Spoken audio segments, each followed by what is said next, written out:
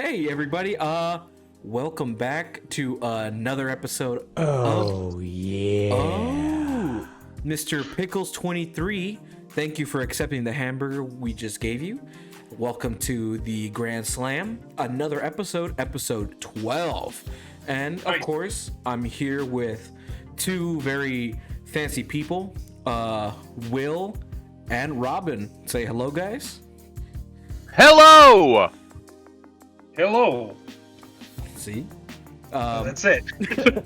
And if you've never seen me, I am a dollar store werewolf costume with a large handlebar mustache and a pipe, which is comically large, and a top hat, which only fits on half of my head because my ears are so large. Because, as I pointed out, I am a dollar store werewolf costume.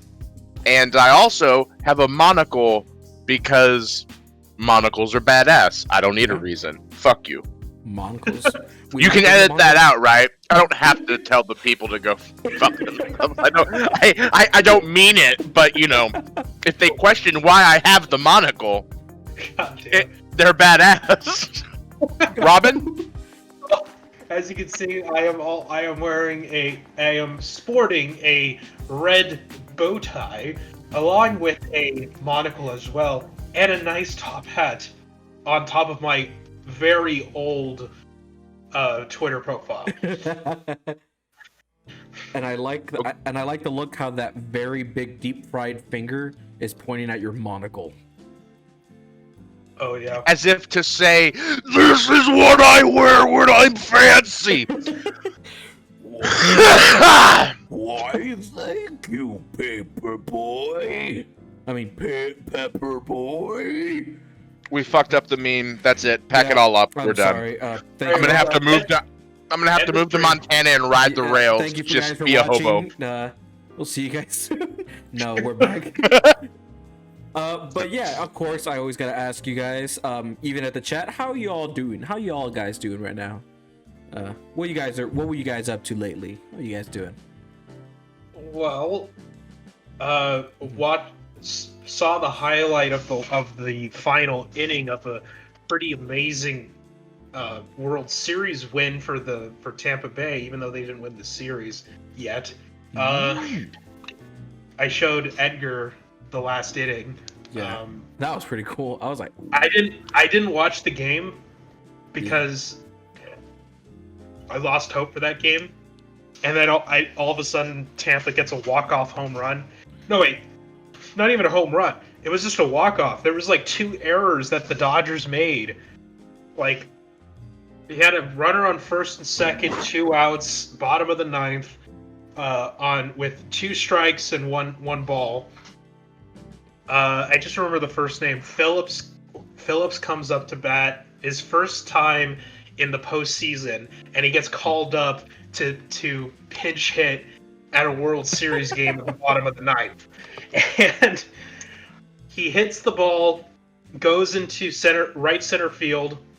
I forgot who was supposed to pick it up, but I forgot who was the outfielder that picks it up, but he gets it, slips out of his glove, so then he has to grab it. You have the runner from second score, ties it 7-7, and then you have the runner on first barreling down to home past third, and he trips between third and home, and you think, okay, well, that's it. He's going to get called out. We're going to have to go to extra innings because the ball thrown at the catcher misses it. it feels like that ball was just going everywhere. Yeah. Whoa! Thank you, the Jimothy. Thank you for accepting our burger. Hope you like whatever's in the burger. But yeah, thank you for the burger. Thank you for taking the burger. Sorry about that. But the ball gets thrown to the catcher.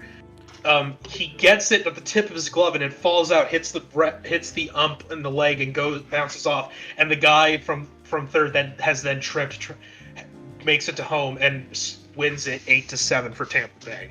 And it was like, holy fucking shit! That ball really did not want to go to did not want to go on any glove. It was rolling all over the place. I feel so shitty that I missed that World Series game. I wish I would have watched it, but I didn't. I didn't want to because I felt like it's gonna be 3-1 Dodgers. I don't want the Dodgers to win because I'm from the Bay Area and everybody hates. And when you're in the Bay Area, you're supposed to hate the guts of every LA team. Those are the rules. I don't write them. So With the exception of Tampa Bay for one.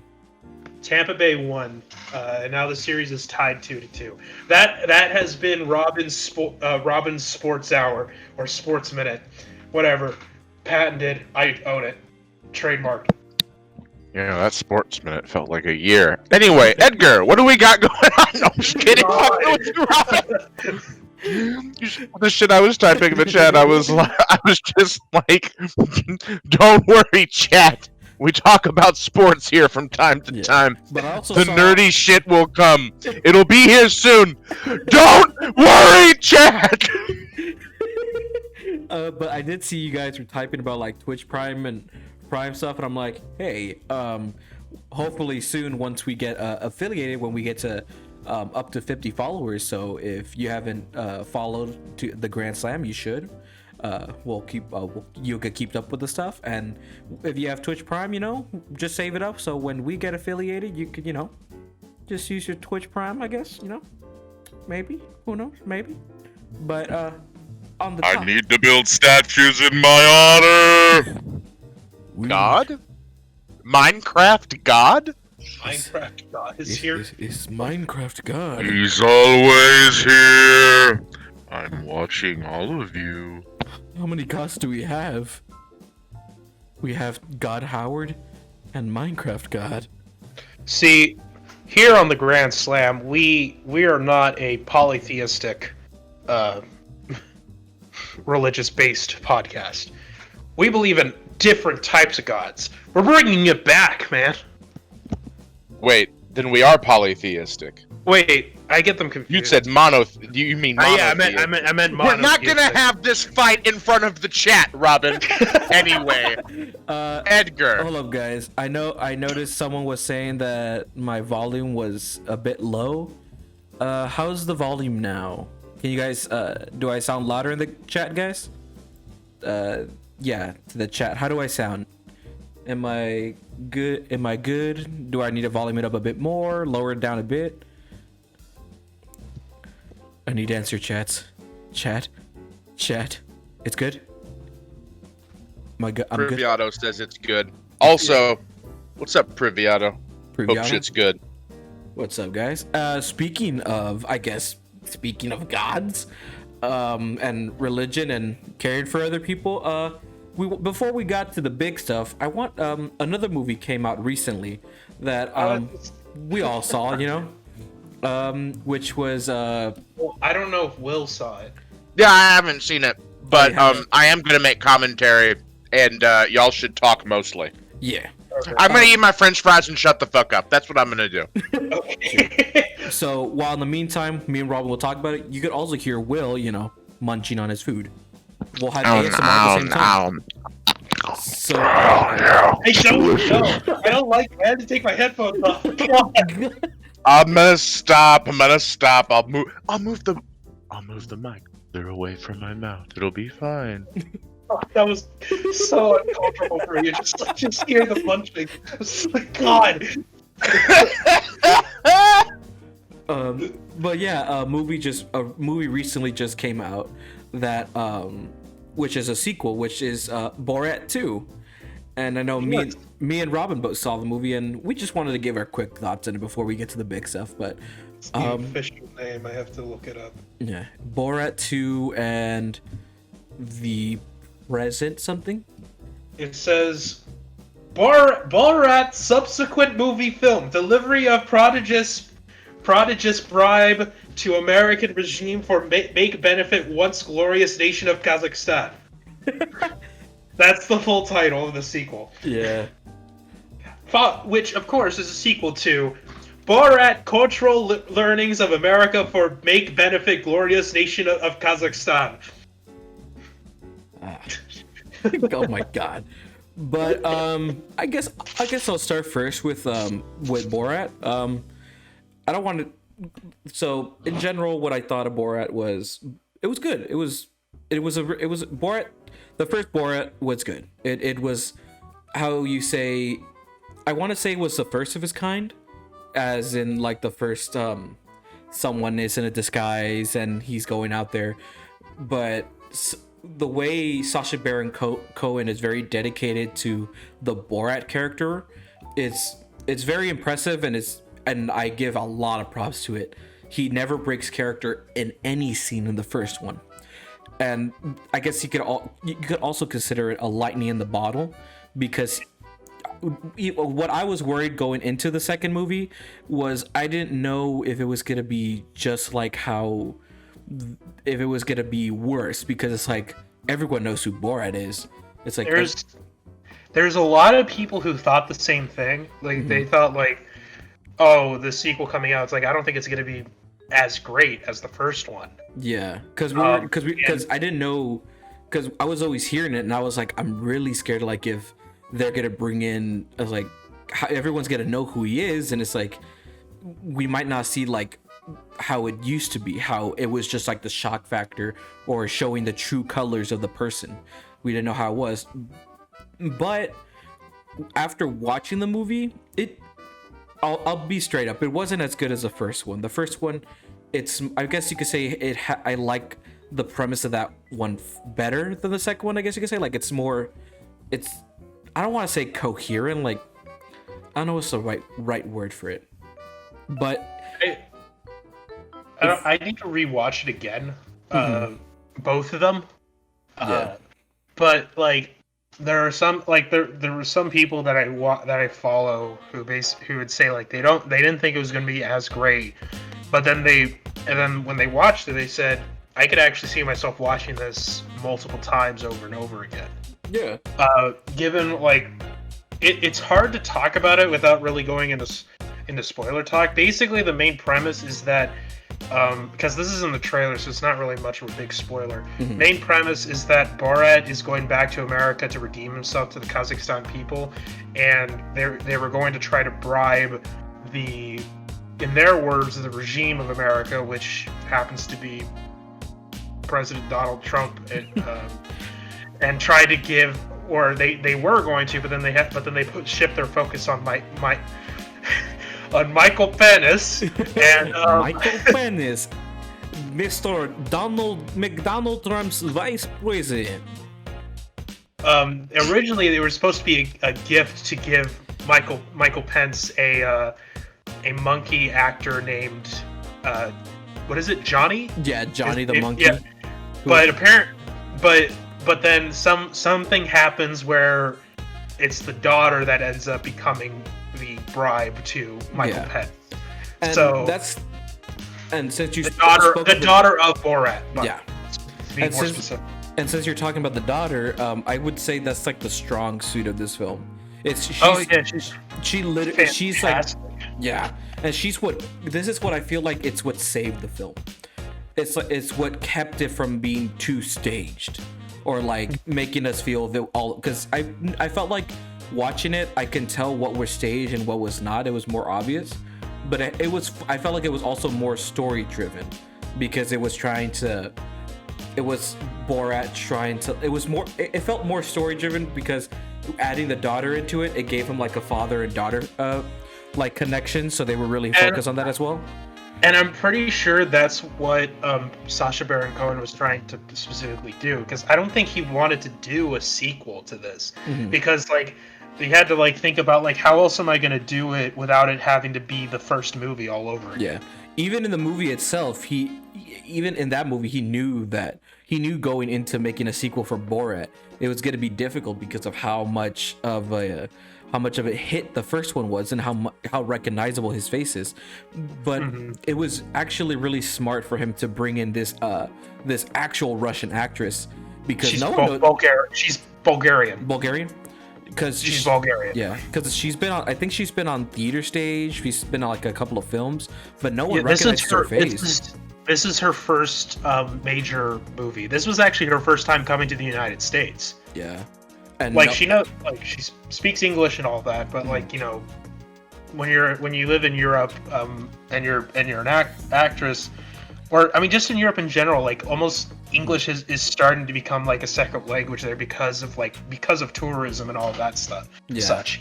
And But, it's like, and and I feel like if for some reason they want to do something like this again, not like a sequel Borat, maybe a sequel Bruno, but I feel like it was very smart for them to bring her in because she was a great addition to the sequel of the film. Because if she wasn't in it, I feel like it would have been stale. Like it wouldn't live it up to it. I still don't think it lived up to it, but it was still a really good movie. It had some good factors, especially towards the end of it, which we don't want to spoil. That gets crazy. It gets crazier from there. And it's because of that actress that they bring in. I think we this is something that we need to rewatch because from what I've heard is like people say that it gets better and better the more you watch it. Yeah. Oh, like the Rocky Horror Picture Show. Yeah. Sure. yeah. I know your feelings about the Rocky Horror Picture Show, and we're not gonna get into it in front of the children. I mean, the chat. We're not gonna do it. But you're wrong. Also, question, because I haven't seen the movie: is Azamat Bagatov in it? No. Damn it! Azamat Bagatov made the first movie. We don't want. Yeah. Borat, cool. But Azamat Bagatov, his producer, comedy gold. They do reference him at the very beginning of the movie. Yeah. Oh, good. You gotta watch it. Gotta watch. I will say, maybe we'll come back to this in a future episode when Will's seen it, so we can give our overall like full thoughts on it, and we can get very spoilery with it since it's very new. Yeah.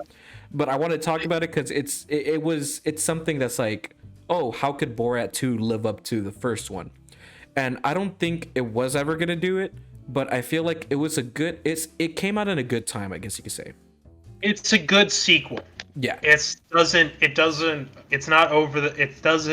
go over the top to surpass the first Borat movie. Yeah.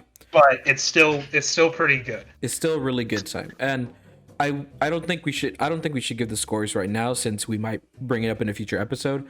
But I want to wait until Will watches it before we give our official yeah. rating. But I guess Well, I'm gonna tell you right now. I haven't even seen the movie. I'm definitely gonna give it a low ranking because Azamat Bagatov is not in the movie, and that's all I've got to say about that.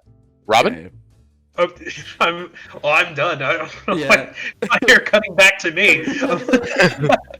Oh, I'm sorry. Edgar. Oh yeah. Whoa, Previato. Thank you for accepting the burger, man.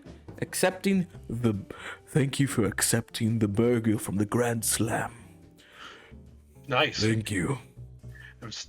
But yeah, I would say go watch it. I guess for me, I did watch the first Borat before I saw the second one, so I went back to back on it.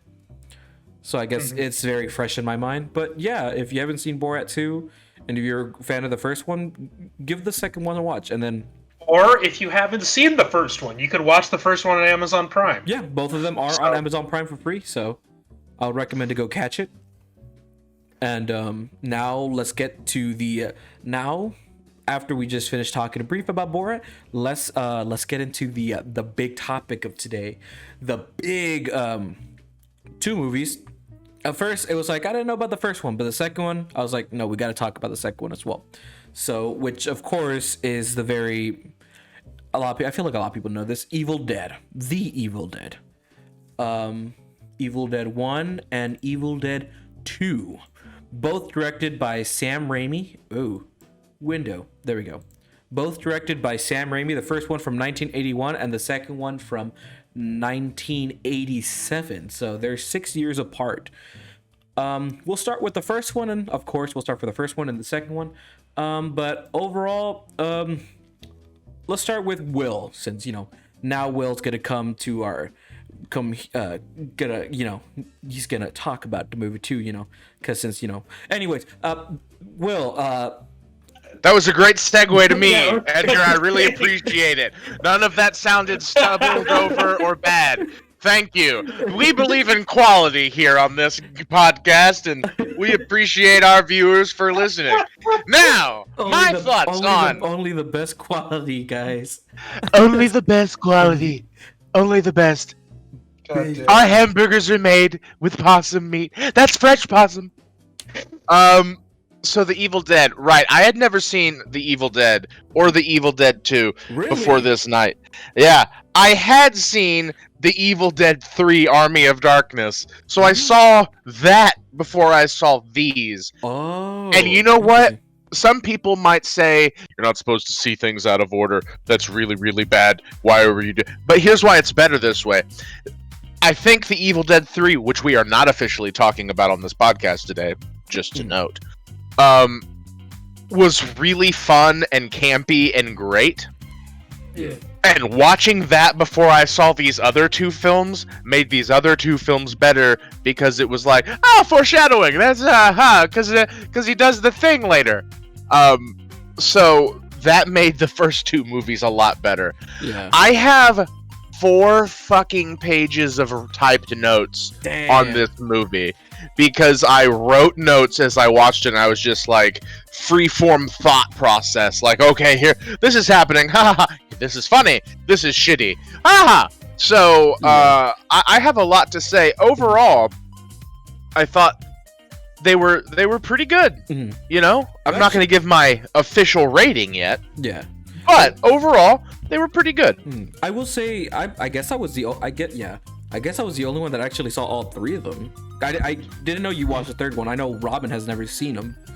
I haven't seen any of them. I Yeah. watched both of them last night. Yeah, and yeah, when I wanted to rewatch them to see like how they stood up, because especially with the first one, since we're talking about we'll go with the first one. It was the first of its kind. It was this film, the Evil Dead was the movie that started the teenagers in the cabin in the woods, in a creepy cabin in this like this spooky woods genre type of film. I don't know what would you consider it, but it's new. Just cabin in the woods genre. That's Yeah. just simply what it would be called. Yeah. But I guess you could say, like, whenever people talk about Evil Dead, like people who are in it, a lot of them, when they say like certain things, it's like it's all from the second one, because the first one wasn't really the start of when it was very like comedic at times. It felt like it was trying to go. It had a more serious tone than the second one. But Oh God, yeah, the first one. I was expecting a lot more camp because I had seen the third one, and the first one was very teenage, like, oh God, we're all gonna die kind of film, and I was like, okay, so there's no laughs in this. I mean, there were funny parts because I was like, oh, it's a shotgun. He's got a shotgun. Hey guys, they're doing the thing. They're doing the thing from the third one. Yeah, except it's the first one. Yeah. Ah, that's funny. Yeah, and but then they just like went, screaming every 5 minutes, and I was like, oh, this is intense. Yeah. Yeah. It's a very serious tone of this first one, which I know we just said that, but like that's really all that there's. To me, like those are the only two differences between the first one and the second one, because like to me. And maybe Edgar would agree with me on this. I don't know about Will, but I don't know. To me, when I watched both of the movies, because I watched the second one with you guys, and then when I went home, I watched the first one. And there were a lot of similarities between the two movies. Like how that there was like a person in the basement, how the girlfriend gets killed by getting her head chopped off and all that stuff. Yeah. Well, from what I understood, from what I looked up, it was kind of like the second one. Yeah, it's a sequel, but it's in a lot of ways like the first part of the movie is just retelling the first movie. I guess you could and like I have notes on that. It's like basically a reboot of the first one, I guess you could say. Yeah, like they retell it in a really condensed version, and then they're like, okay, but this is the next day. Which I have some problems on, and I have some notes for the second movie. But the first movie, I'm just gonna take as like, okay, this is the first movie, and then we can talk about the second one, because the second one's very different. Yeah, but I believe this was actually Sam Raimi's first film, because I guess he was like in college, I guess you could say. He was very young. Him and Bruce. It was just a couple of like young. His first film. This was his first film. I think that got released in theaters and became big. Yeah. Because his second film is The Evil Dead, and his first film was from 1977, which I don't remember the name of it. I remember looking it up. I just remember the year. Yeah, and this one is from 1981. Oh, Star Wars. It was Star Wars. I'm pretty sure he did Star Wars, right? Yeah, he did Star Wars, and then this. It's called It's Murder! Exclamation point. Yeah. A feature-length movie shot on a Super 8 film. Oh damn. But I guess but that's why I wasn't so. Ooh, excuse me. It was more of it showed that this was just a group of young college students who were trying to who didn't have enough money. They didn't have the biggest budget. A lot of their actors were going back and forth, and it was just like they wanted to make a movie. They were having fun with it. You can see, like, I feel like that it looked fun. It looked like they had fun doing the film. Sure, there was like some stress parts, but it looked like it was still his vision that he wanted. Yeah, and you can tell that it was low budget because at the end of the movie, in the credits, this is the quote. It's the ending music. It's like it's jazzy, like, and you're like, that doesn't fit with this theme at all. People have been killed, and then it's the quote is like, with special thanks to, and then a list of peoples and our loyal backers. And then it goes on to say, The Evil Dead, comma, the ultimate experience in grueling horror, comma, was filmed in Morristown, Tennessee, and in Detroit, USA. I was just like, where the fuck were they filming in Detroit? They're in the middle of the woods. Detroit has woods. But maybe it was the basement scenes. Mm-hmm. Oh shit, yeah, maybe it's the basement scenes. Yeah. They didn't have a basement in any cabin in the woods. They were just like, well, we don't have a basement. You know where they do have basements? Detroit! They had a basement in Detroit. God damn it. But by the way, Basement in Detroit is gonna be a movie that Edgar, Robin, and I make. It's not gonna be in theaters, and it's gonna be NC-17. It's just us three sitting in a basement in Detroit. That's it. Why That's all it is. And one of us is naked, but I'm not gonna tell you which one. And it has nothing to do with the storyline. But it will be filmed in Detroit. And in Super 8. And in Super 8?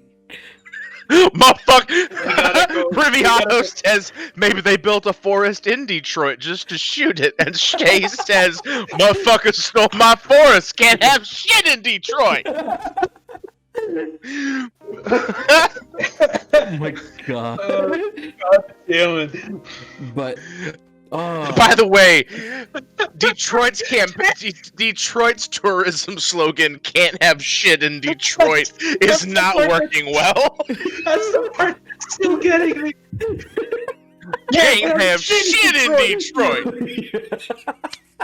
I just imagine it's like the reaction jerk is like the jerk reaction is like that interview that R. Kelly did when he says, "You can't do this shit," but it's him just like, "We can't have shit in Detroit. We can't have shit in Detroit."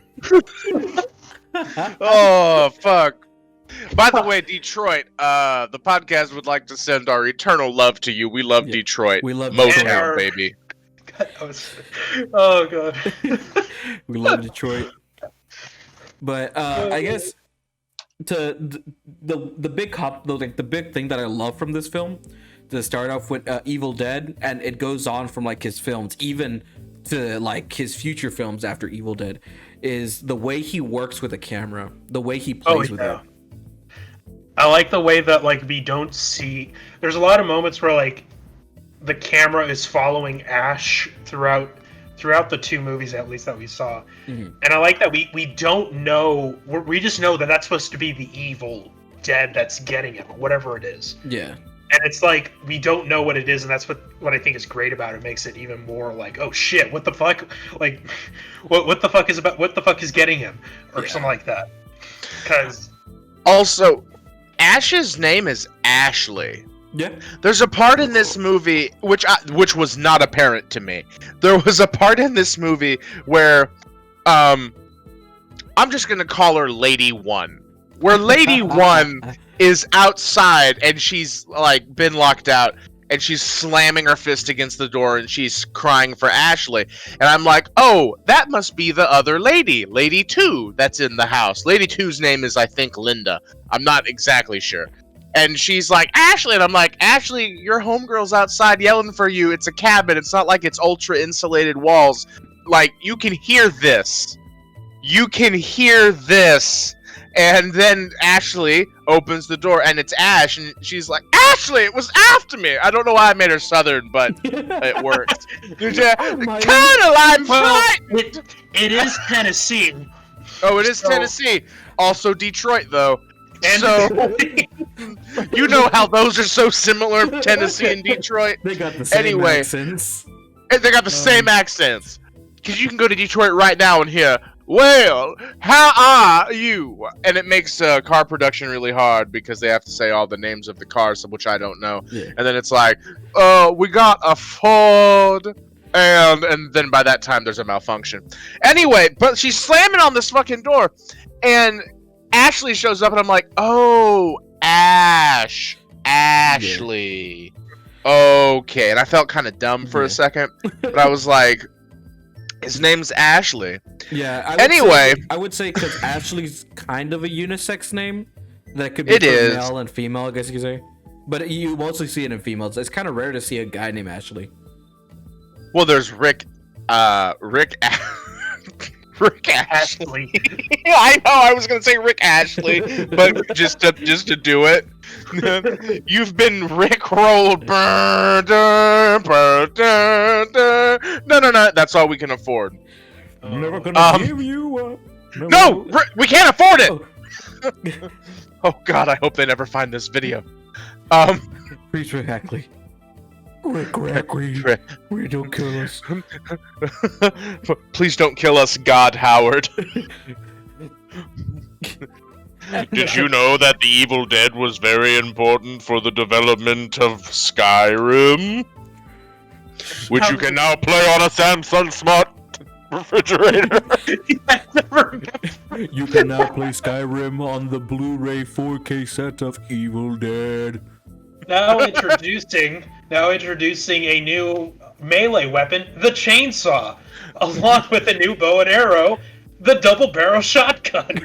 Yeah, and we gotta talk about that because in the first fucking movie, it's not a double barrel shotgun. It's a single shot shotgun. That's and why then in the second one, all of a sudden he gets a double barrel, and I was like, oh, where'd he get the double barrel? Because in the first one, it's a single shot. They find it in the basement, and there's a very limited amount of shells. But in the second one, suddenly there's another box of shells in the hallway. And I'm like, you didn't see the shells in the hallway earlier? There's 2 boxes of shells now? But I'm not nitpicking, but like somebody they all made the movie the first time. They didn't have somebody rewatch it once to be like, oh yeah, he doesn't have a double barrel, he's got a single shot. Maybe he finds the double barrel. Yeah, that'll work. Like, Come on, continuity. That's all I'm saying. Also, you know what? I'm not gonna get into it yet. I'm gonna attack the second one when it's time to attack the second one. But like, can I bring up a couple things? Yeah, go ahead. Y'all mind if I look at these 4 pages of notes I got. Go. Dang. Okay, the beginning of the film's great, and it's a little slow. We're getting introduced to the characters and all that, but like they get to the bridge, and it's like, oh, the bridge, giant sign, cross at your own peril. The bridge is worn down and is literally falling apart. They drive over it, and just planks of wood are cracking and falling down. And I'm like, oh, well, that doesn't bode well. And then they get to the house, and they're all scared shitless because they bought it for cheap, and that's never explained. And it's like, what realtor is just like, I've got a nice little cabin in the woods. The previous owners disappeared. And the county just took the property, and we're gonna sell it to you for very cheap. Okay, so they get there, and I think it's Ash's sister. That's who lady 1 is. Woman 1. She's drawing. Yeah, isn't that like his sister? I don't think they ever mentioned that as a sister. Because I thought they did. I would have. I don't remember saying that. I can be wrong, but like she's drawing this evil ass clock, and it's just like drawing the clock, and I was like, oh cool, she's an artist. That's really nice. And then the clock just stops, and shit starts blowing around, and I'm like, oh, that's an evil clock. Turns out the clock has nothing to do with the evil, but I have in the notes evil clock. I thought the clock was something to do with it. Her hand was pretty evil. I mean, because when the wind came in, she started like she couldn't control her hand, drawing the book of the Necronomicon. The Necronomicon. The Necronomicon, the gateway to hell. And I love like Florida. the teen like bullshit like tropes that are in this movie, because it's like, hey, there's something in the basement because the doors keep flying open and closed, and then they just stop and they're like, hey Scotty, and his name's Scotty, Hey Scotty, go into the basement by yourself with the only flashlight we brought. Yeah, because when I go into the woods to a cabin that I've never been before, that I bought for $6 and a pack of gum, yeah, I carry one flashlight for 4 people. Sure. They're only in the cabin because they want to plow the lady they're with. Of course, because it's an 80s movie, and this is what teenagers or college students do. I don't know how old they are. I guess they're college age. But he goes into the basement with the only flashlight, and he's just down there forever. And Ash is like, give me another flashlight. And both of the women go, it's the only one we had. So he goes, well, give me a lantern. And they find the oldest lantern to exist. I'm pretty sure it was like, oh, here's a lantern from the mining era of this town, where it was like, the old prospectors would go down into the mines with this lantern, and it's covered in dirt and it's rusted up, and I'm just like, you're getting no light from that. Yet magically, the basement's pretty flooded with light. So I guess the light comes from, like, you know, the same place that the demons come from. Also, did anybody else notice that, like, the plumbing was fucked? And I was like, oh, y'all need to call a plumber.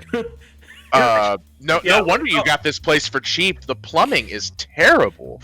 I mean, you saw all the water just dripping from the ceiling in the basement. Just and they didn't want to address that? They weren't like, fuck. Hey, Linda, get a bucket. Like, get a bucket, or we may need to maybe we need to go stop at that hotel that we passed on the road, because I don't think this is gonna work out.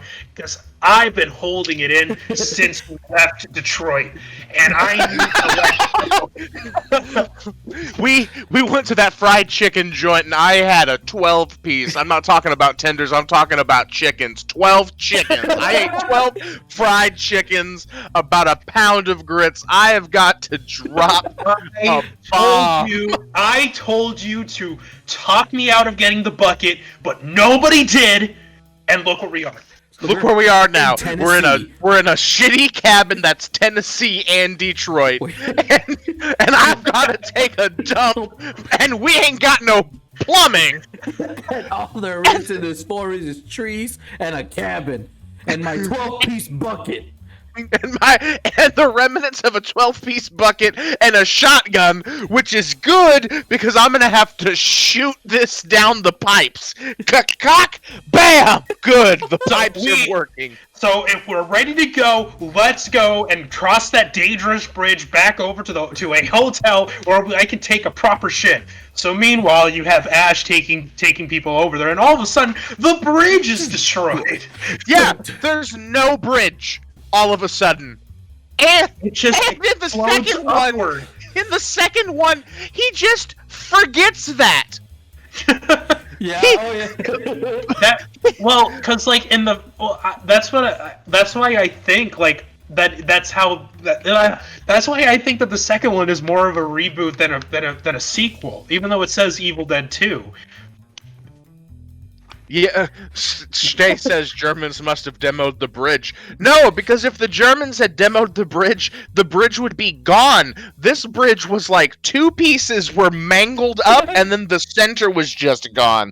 And I was like, well, you can't walk across it, but also, I don't think steel gets shaped like 2 hands, like clawed up by arthritis trying to grab each other. Also, did anybody else notice the meat hanging from the ceiling?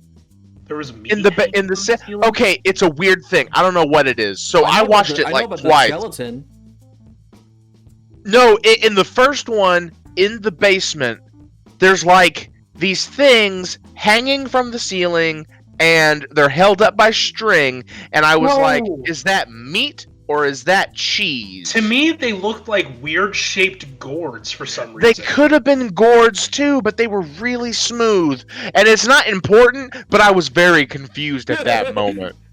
And also, they find a book, the Necronomicon. They don't call it that. They just call it this weird book. It's made out of a human face. Yeah. And they're just like, oh, cool. Because Cool, apparently in look. Tennessee and Detroit, books just be made out of human faces. But it's next to It's what I really call hard to find good reading material, Will, in Detroit, alright? No, they've got libraries in Detroit. I don't know if they have it in. Let me scroll down. Morristown, Tennessee. I don't know if they've got libraries there.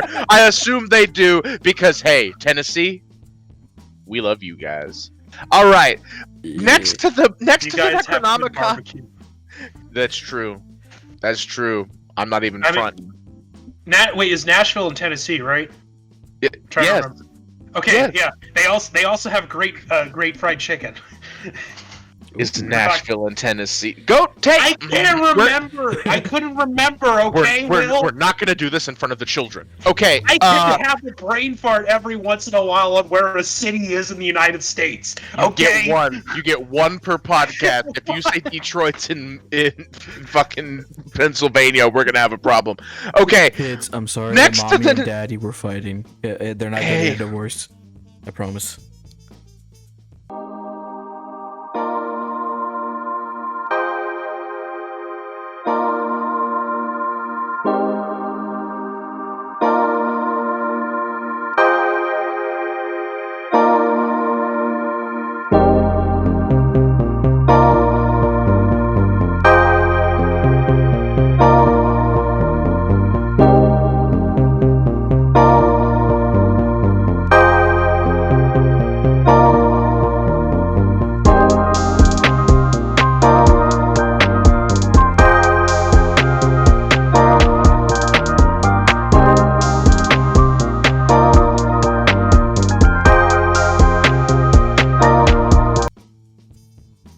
So anyway, So anyway, do you guys remember the trees that basically Oh yeah, the hentai? raping trees. yeah, you could just. Oh my god. when I first the saw that, I was trees. like, "What's going on?" I'm like, "Oh, they're just gonna wrap her and kill her." I'm like, "Oh no!" I'm like, "That's not killing." They're ripping her clothes off, but it's being very weirdly sensual for trees. I'm like, go on. Yeah. Something about these evil demon spirit trees is very sexually aggressive. That's why I'm kind of glad that they kind of like toned it down in the sequel. They were like, we're not gonna do it. So, but in the sequel, they do the same bit. They just don't have them rip all of her clothes off so that her breast is bared. And I was like, they don't and have by a the giant way, branch go up her. You know what? Yes, but also, that was one of the two obligatory 80s tropes they had to have. There was two bare-chested ladies, and also they split up, gang. Those are the two, and it's like, all right, well, we've hit it. This is an 80s movie.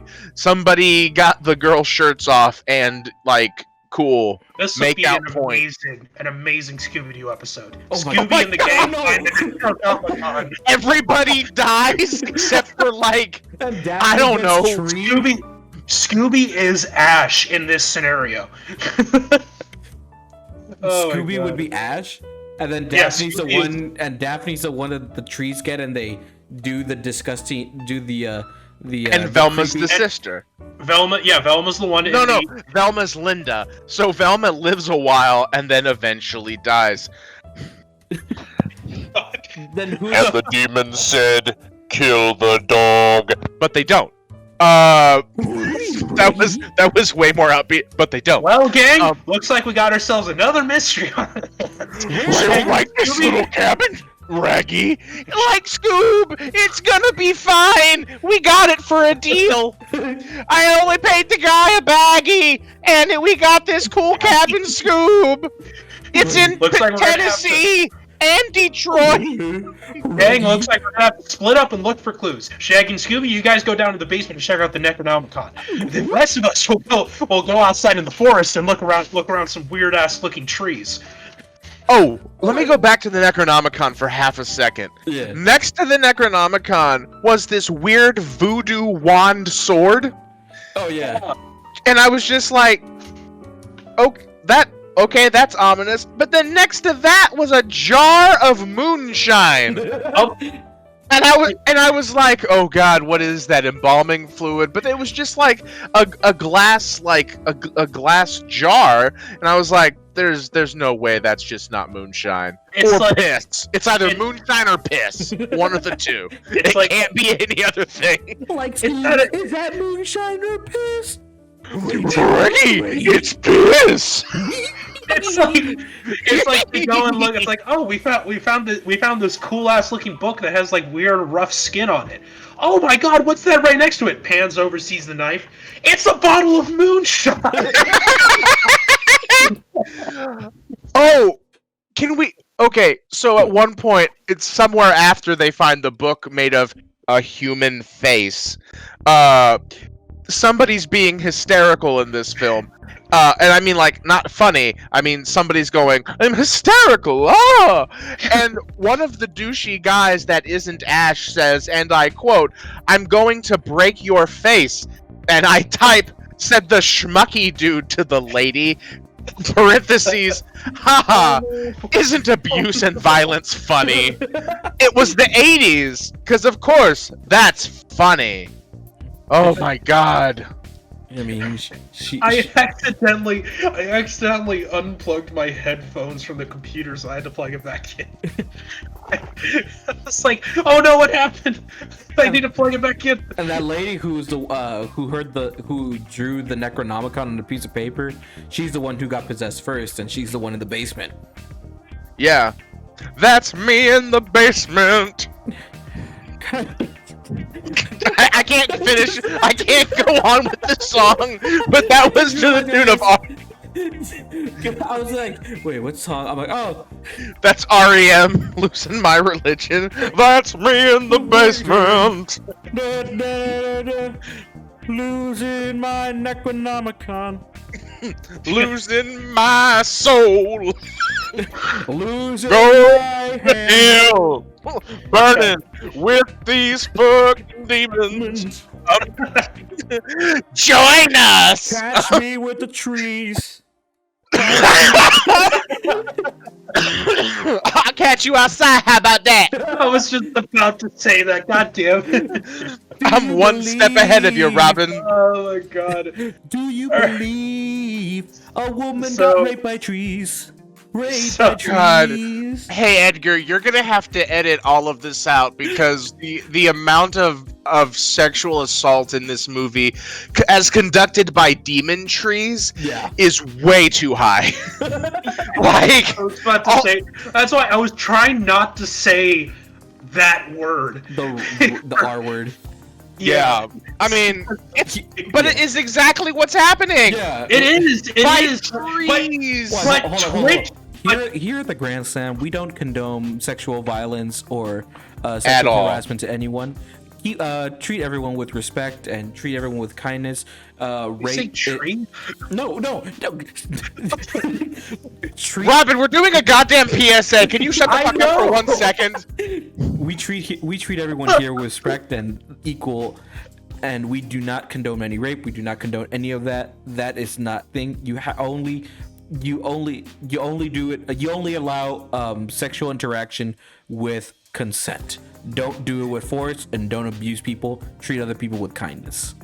Like Twitch and YouTube is going to pay attention to what those words were and just focus on, oh no, they said the R word, demonetize, not explaining what we're talking about. Also, not for nothing, I think it's hilarious that you think we're monetized yet. I Hey, chat.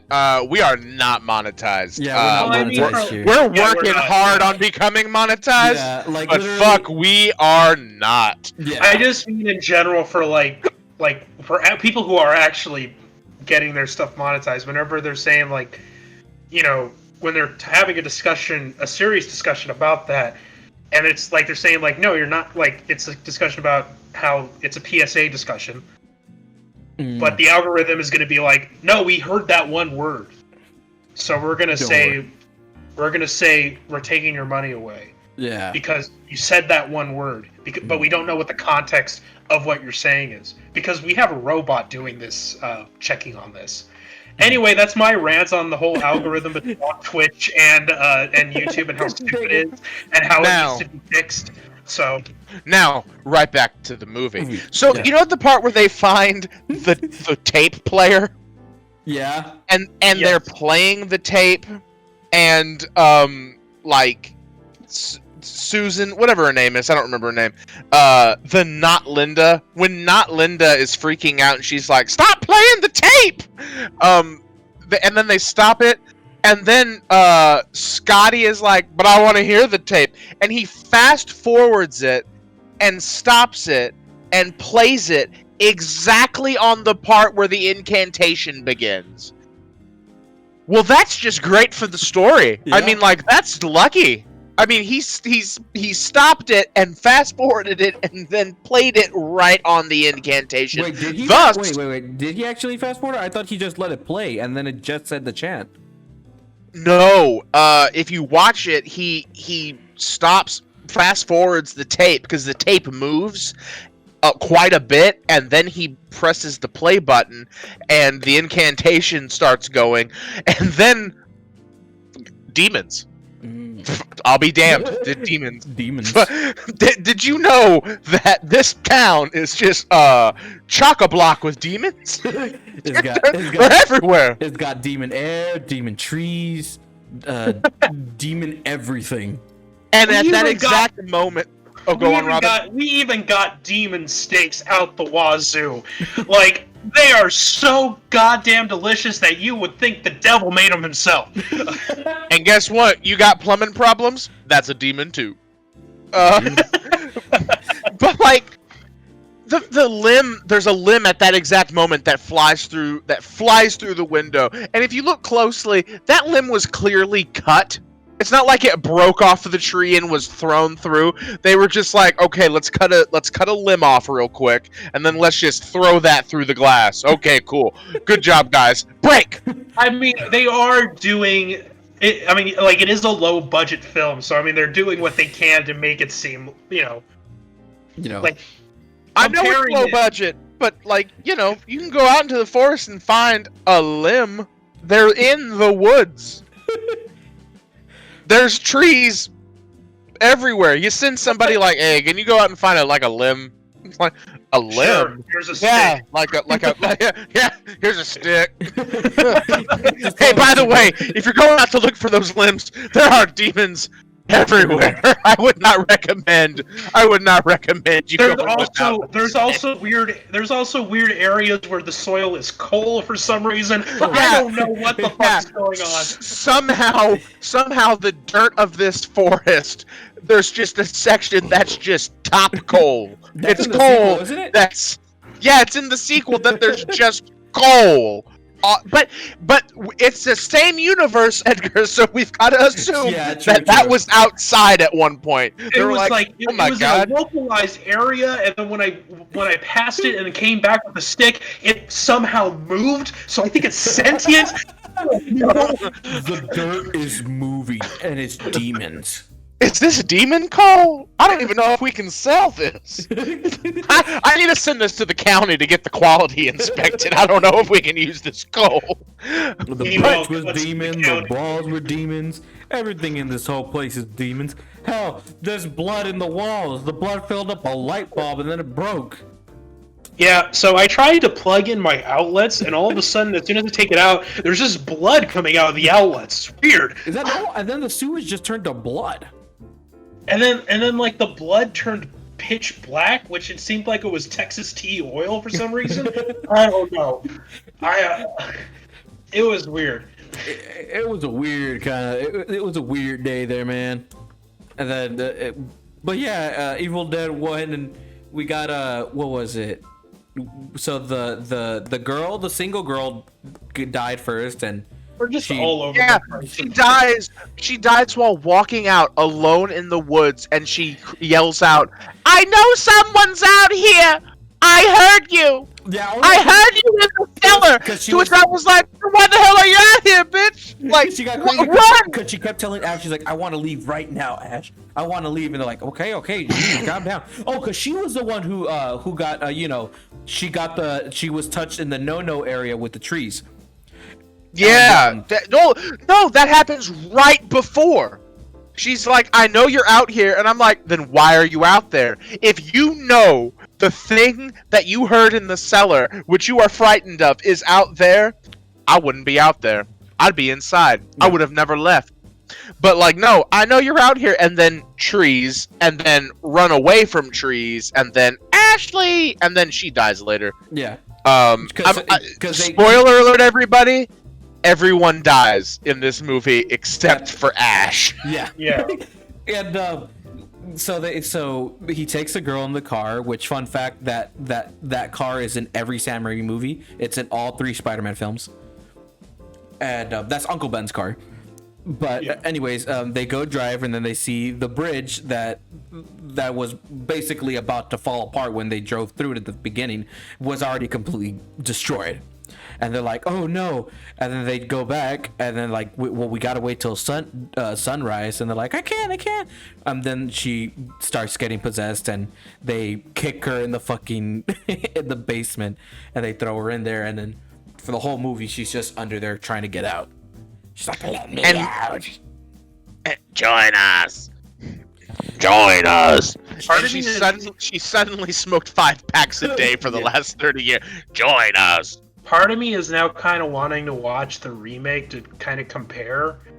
Because I've heard, I don't know, it's confusing with the remake because it's like a lot of hardcore fans are saying, like, obviously they'll say that the original one is better, but I've also heard that the new one, like, it's not as bad as as the hardcore fans would say it would be. Yeah, I've heard it's very like, it's either like you're either gonna love it, like not love it, but like you're gonna like really hate it, or you're just gonna be like, it's fine. That's what I've always heard from it. After not Linda, the lady with the trees, after she gets rescued by Ash when he opens the door, which is all it took to rescue her, she's like, "I want to leave," and they go, "Okay," and they get into the car, and the whole time I'm typing and I'm watching, and I was just like, please tell me the car won't start. Please tell me the car won't start. Please tell me the car won't start. Nah, nah, nah, nah, nah, nah. And the car won't start. We've got a ball game now, folks. And then the car started, and I was just like, damn it. I was like, is this going to be the trope? And then they drive to the bridge, and I was just like, please tell me the bridge is gone. Please tell me the bridge is gone. And girl, that bridge was gone. And I was like, the entire goddamn bridge is gone. Holy shit. Honey, why are you fighting your friend? She starts punching Ash. She's like, I told you. And I'm like, girl, you need to get back to that cabin. Stop hitting him. You gotta hit some ghosts. First of all, how did they not hear a bridge exploding? I don't know. No! I mean, they didn't hear the girl screaming when she was getting touched in the no area. This cabin was built in the 1800s. That's good, solid American pine. You can't hear anything outside of it. Some hard wood there. That's some hard wood.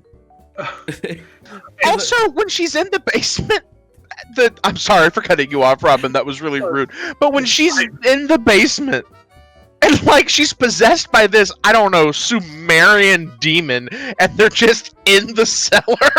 Like they're like, throw her in the cellar. She's possessed by a Sumerian demon. I don't think a cellar's gonna cut it. And then she just starts trying to open the door, and she's like throat singing. I'm just like, you're ahead of your time, Sam Raimi. You brought throat singing to the world, like, to the United States, like, before most people would have thought about it. You're a good guy. You brought throat singing to us by stealing it from people who actually did it. And it's just like, good job, demons. And who was the next one that died? Was it Ash's girlfriend, or was it the dude? No, because I know the dude got stabbed. It was Shelly. So that's the girlfriend of Ash, because homegirl who's in the basement, she stabs Shelly with a pencil in the ankle. Oh yeah, and that's right. And like they're clearly using like rubber, but because it's like stab, and then the whole leg is just like contorting, and it's like yep, that's what happens. If you ever get stabbed in the ankle with a pencil, you turn to jelly. It's really bad. It's everybody's weak spot. And that's like, then they take her to the back bedroom, and from that spot, there's like this spider web effect of her veins, and she just turns into this evil demonic thing. But don't worry, she gets better for a little bit. Apparently the demon was just like, I'll come back later. I'll go to sleep first. And they stab her later with the voodoo stick sword, and it's like they turn into what I hope is milk. Like they're like milk shoots out their mouths and like the wound, and I'm like, I hope that's milk, because it's either milk or something terrible, like I don't know, acid or something. But like I was just like, I hope that's milk. And then they do the ad. Yeah, okay. So it was her or the one in the basement that when they killed her, we got that stop motion like disintegrating body. Really quick. I need to go to the bathroom really badly. So you guys go. Don't worry, we'll soldier on. Yeah. Yeah, I mean obviously you guys will. I just letting you guys know that that's where I'll be. I'll be AFK. Okay. Good luck. Good luck in the bathroom. But was it her, or was it Ash's girlfriend, or was it no, Ash's girlfriend, he chopped her head off. Yeah, he chopped up the Okay. the girlfriend. It was the other one. It was God, I don't remember. Maybe her name's Linda.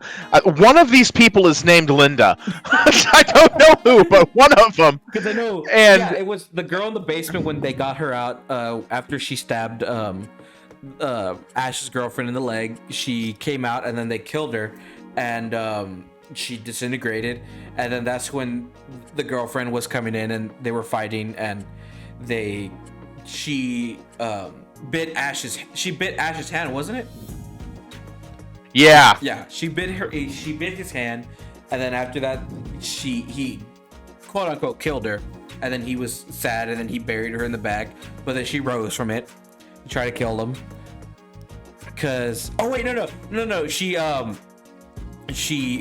before he buried her, he chopped her head off, and then he bit her in the hand, and he's going all around, and it's like you could tell it's like a fake head, but when they get to a close shot, it's actually her like biting on something, but he's just going around and slamming the head on the fucking on the walls.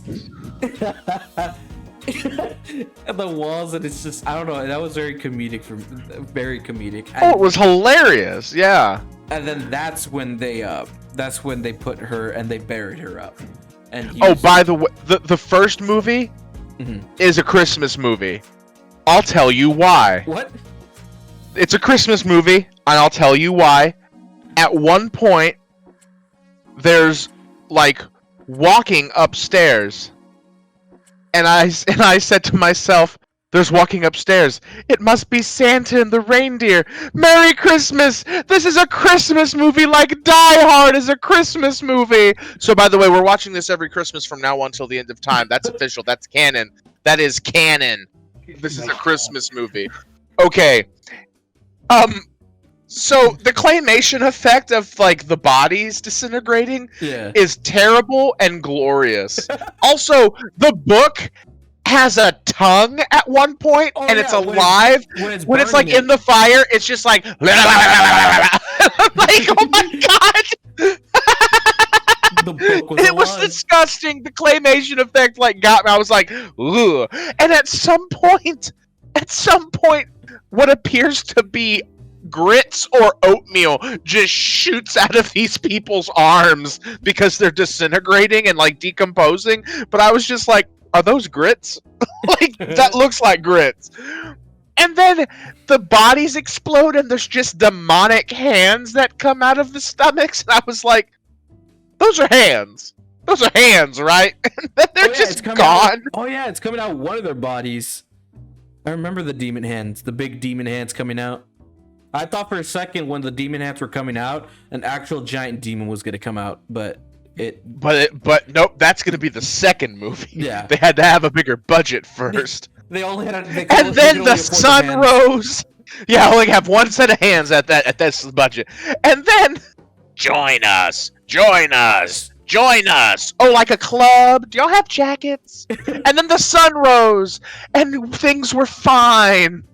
Poor Ash. He just wanted to have sex in a cabin with his girlfriend, while his best friend and his girlfriend and who was also possibly his sister, not his sister, but the Ash's sister is there. You know, a relaxing weekend in the 1980s. And you think it's like, you think he's gonna be fine. He's all like, okay, it might have been gone, but he's like, I guess like at what cost? And then you see the camera just go. And it's just doing that crazy. It's got that one like cool motion where it's just like it's shaking. I think it was like on a plywood, and they're just moving like grrr, and then they're going through the walls, going through the house, and then it ends like at the point where Ash screams, and it just goes zoom in and then black out, and then it just like, and it ends like that, and I'm like, ooh. And it's like, is it over? Is it over? No one knew until 6 years later. We got Evil Dead. Let's go. Hey Robin. I just found a note. I'm so sorry.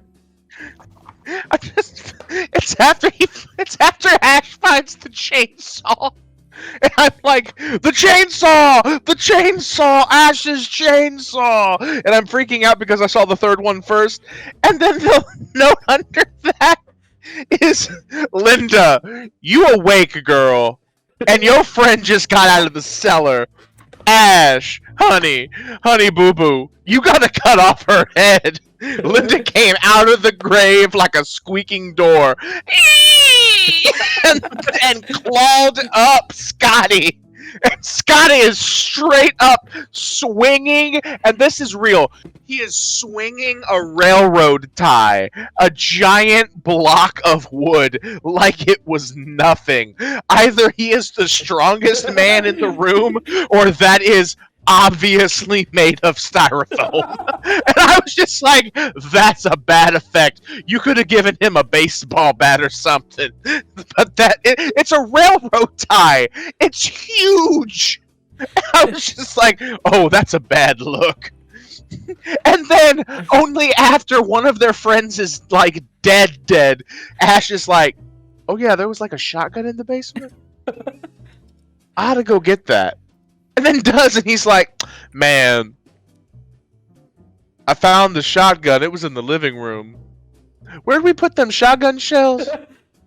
Oh yeah, they're in the basement. Because you wouldn't want to have the shells next to the shotgun. That would make sense.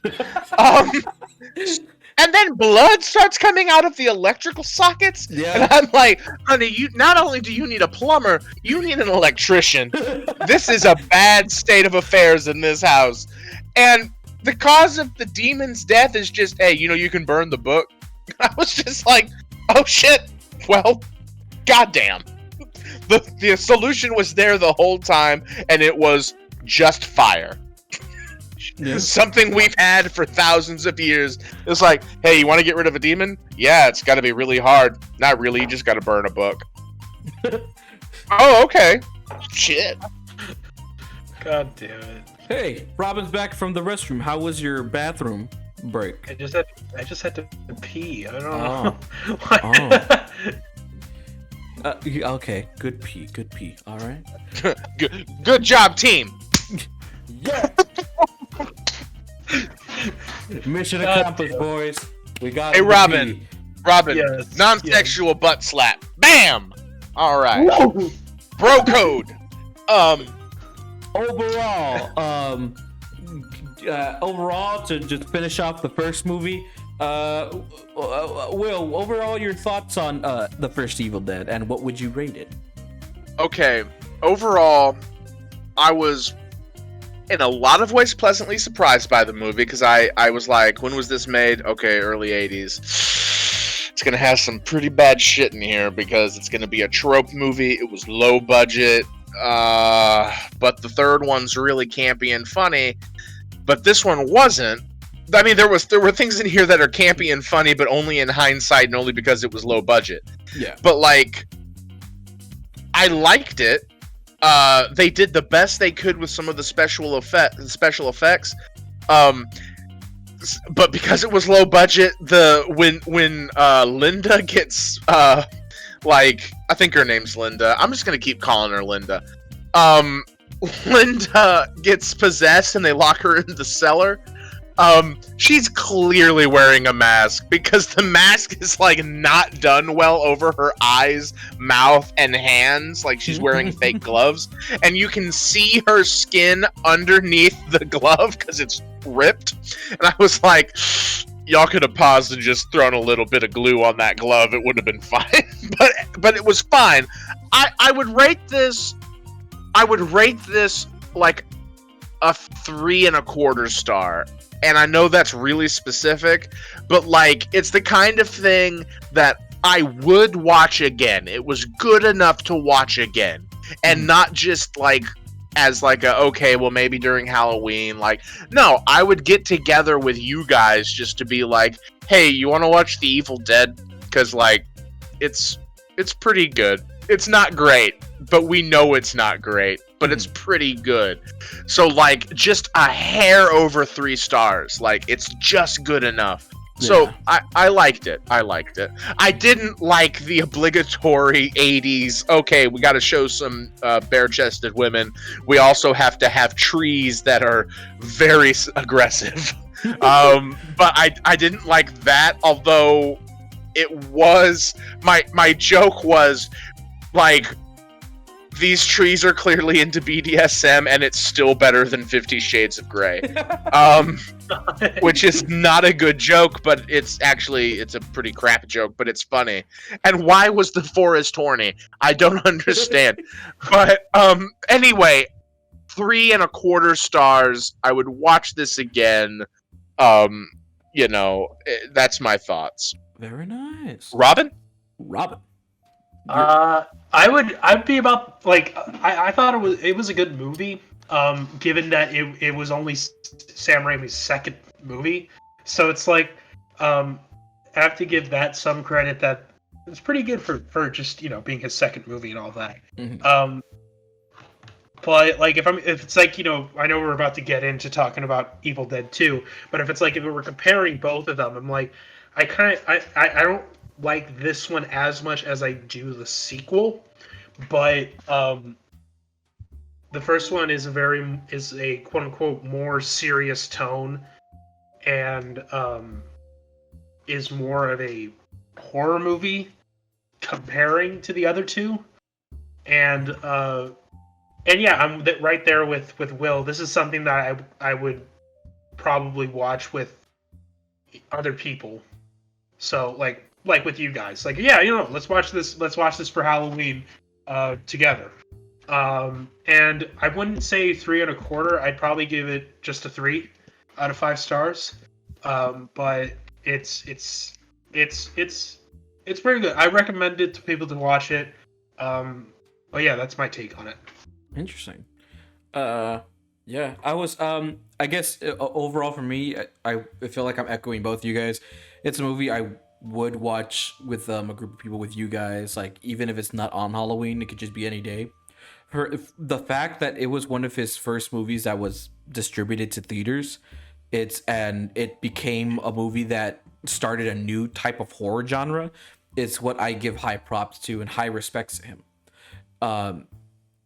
And watching the movie, it's very, it's a more serious tone than the rest of the other two Evil Dead movies that come out and the TV show.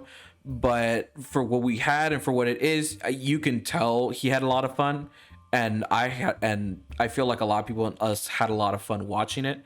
It has a lot of its bad moments. It does have those certain tropes, but it's something that I wouldn't like. I don't think I don't hate that for that fact. It's like it had those problems, but like the rest of the film was very interesting and very entertaining that it was something that I would go and watch again. And the score, I'd give it a 3.5 stars. I would give it a 3.5 stars for because it wasn't, I don't think it was like in the middle. I think it was a bit above, but especially since for what he had and for what budget he was limited to, was very impressive to have. So yeah, 3.5 stars for the first Evil Dead, and on to the second one. And before we get to the second one, I'm gonna get a drink real quick. My fridge is like right there, so Will and Robin, you can say whatever. I don't know what you're about to say, so let me get that water real quick. Okay, I'm timing you. This is sponsored by Werther's Originals, the only candy that you would find in your grandma's purse. That's Werther's Originals. That delicious, delicious caramel hard candy that's found on the bottom of Grandma's purse. 'Cause when you're being a good boy, okay, you can get yourself a Werther's. And maybe it's next to a Luden's cough drop. But no, you're going for the Werther's. Warning. Now, in sugar-free. Warning. Grand Slam is not sponsored by actual Werther's Original. This was just a practical joke. Thank you. So, I know he said his refrigerator was right there, but, hey, Robin, you want to just do a real quick review of The Evil Dead and, just, cut Edgar out of his, own podcast completely? Yeah, cool, awesome. So what'd you think about The Evil Dead?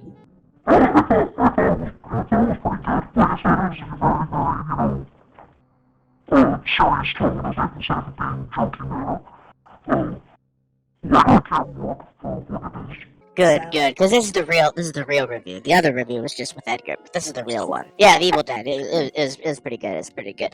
But what are your thoughts on The Evil Dead 2?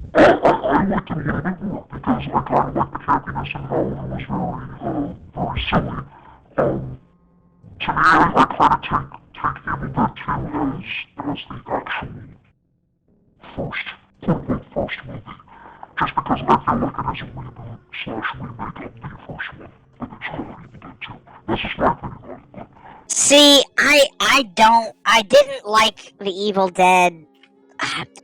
Oh, The Evil Dead 2. I mean, I liked it. I liked it.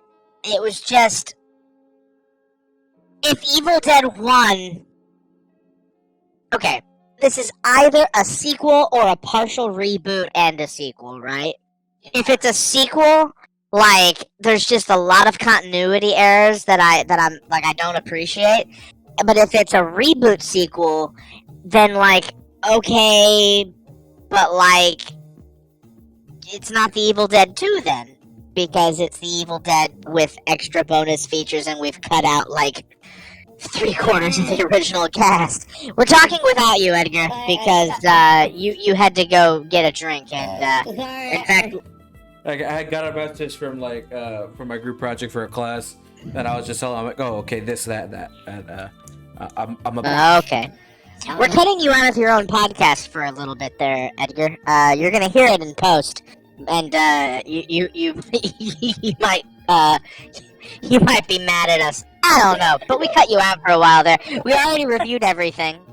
We spoke really fast, and we even had a star rating. Oh.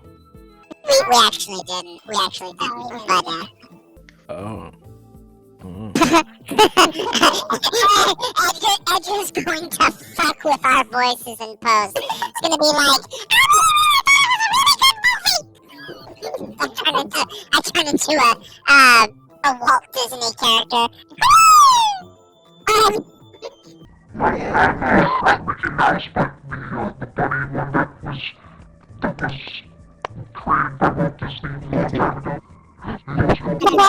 Huffington.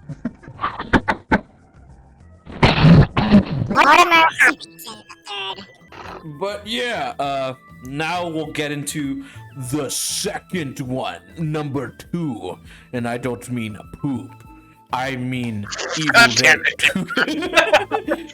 And I'm not talking about defecation. I'm talking about The Evil Dead 2.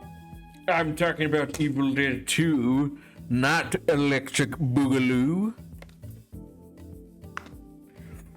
So anyway, Evil Dead 2.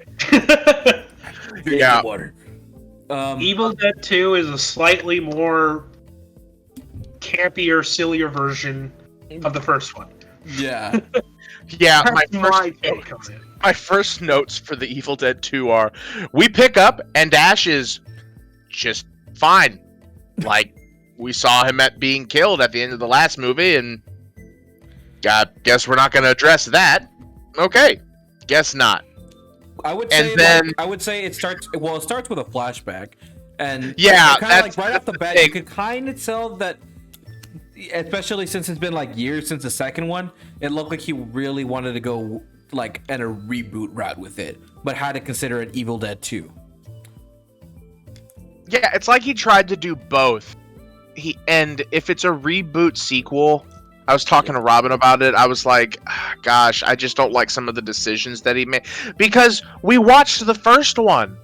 Like, the fans of the movie were going to be like, yeah, we watched the first one.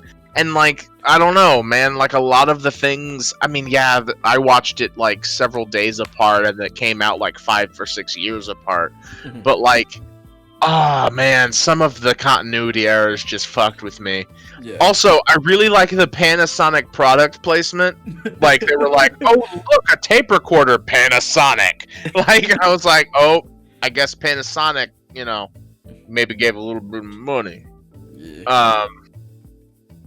It's whack. Oh, I do want to promote things because since we're like almost at the 2-hour mark, I do want to the viewers that are still watching, if some of you don't know, we have a Discord, and that's where you could be part of the community. You'll get announcements, all the jazz.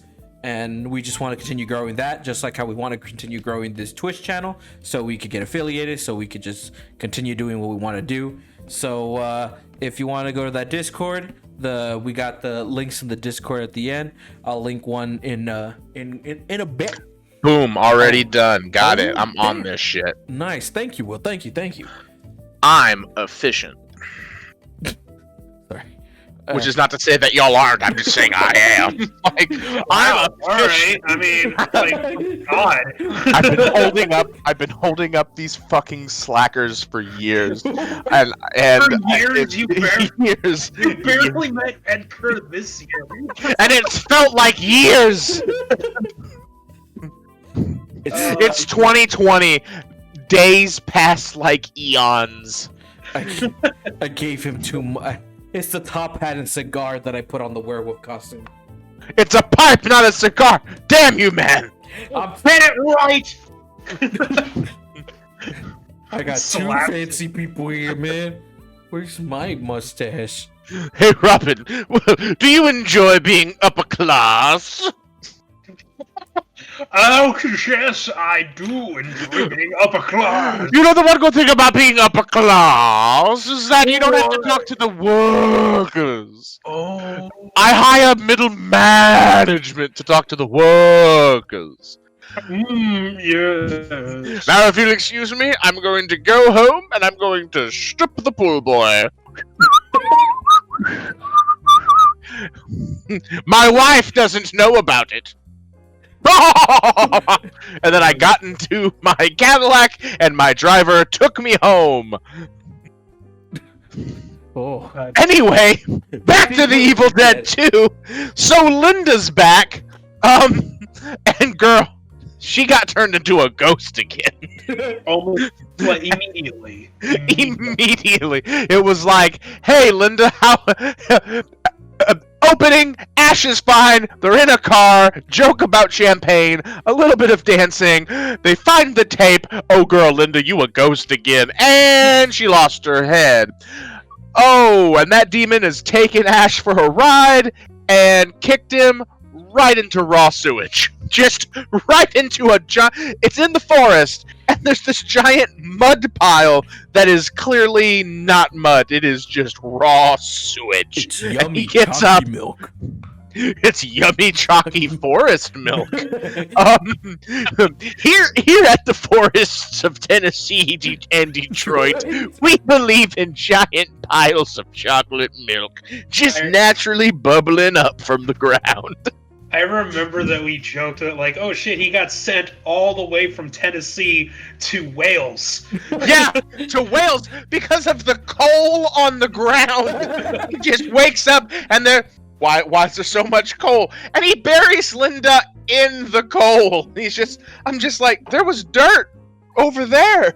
You could have. It's like you could have walked like 2 feet to get her into the actual ground.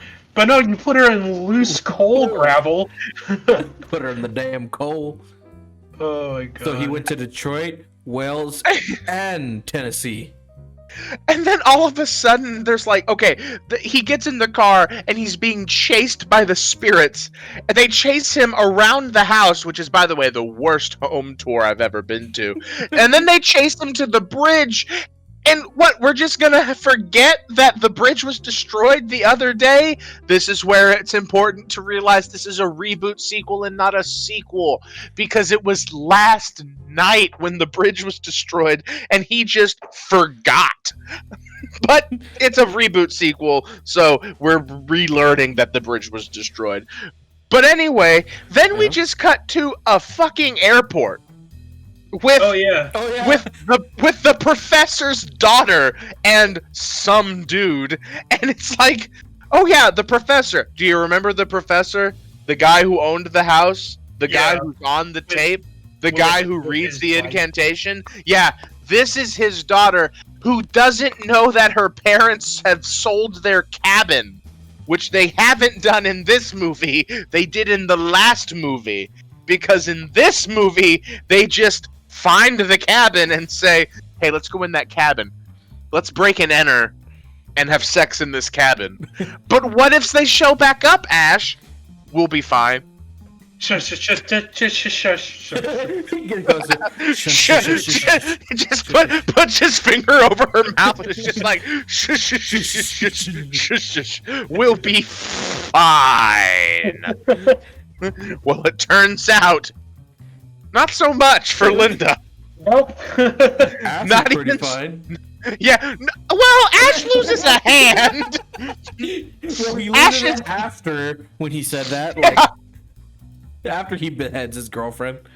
After he beheads his girlfriend, who then bites him, and he's swinging her head around, Yeah. and eventually goes out to the barn, and like gets her head in a vice Oh my god. Oh my goodness. because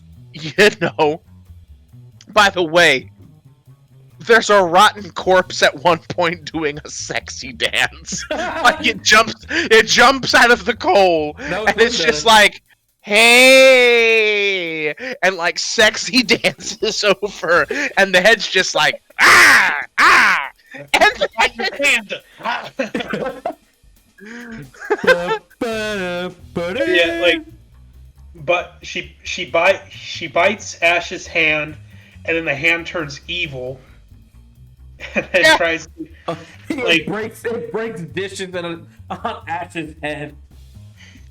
Which is part of the campiness of it. Yeah. Because, it's I liked how when he knocked Ash out, he just started dragging his body so he could get the butcher knife.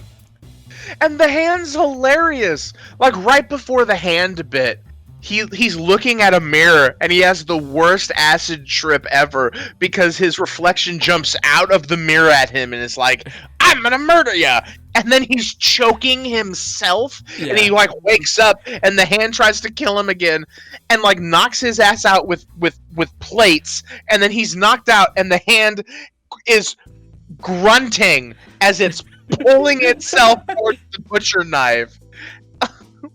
And then Bobby Sue, the professor's daughter, and her butler show up to the house with the biggest steamer trunk I've ever seen. And they're just like, "Well, what the hell's going on here?" said Bubba. And they just knock his ass out and throw him in the basement. They just knock out Ash and they're like, "What the hell? Ponk!" And they throw him in the basement. And, Oh, and yeah, then they but- start listening to the tape. And, and the dad's just like, "I buried my wife in the basement," said the professor. And the cellar door, by the way, was once broken in the first movie. Well, now it's fixed and it's fine, and he can't get out. And then Grandma just pops out of the basement floor and is like, "Hello!" Scares the shit out of But I'll say before that, the reason that they knocked him out, they saw, is because they heard Ash was just laughing after he was choking himself, and like you have the deer, it transformed to like a weird puppet and it starts laughing, it's going, and then you have the lamp laughing as well, and then everything in the whole house is laughing with him. He's laughing himself and he's going insane. And then he hears people outside, and then he just shoots his shotgun at the door, and he shoots Bubba's girlfriend, Bubba Joe. He didn't shoot her, he winged her. Come on. Something It's like not that. It's not like she took, and that's I have a note here. I was like, you weren't even shot. You were winged with Yeah. like 2 pellets in the shoulder. It's not like he shot you point blank in the stomach. Because he was through like, the ow! door. I'm like, and there was no blood right here, but she was like, owie, owie, my arm got to cowie. Bubba, I got shot. And he's just like, yep.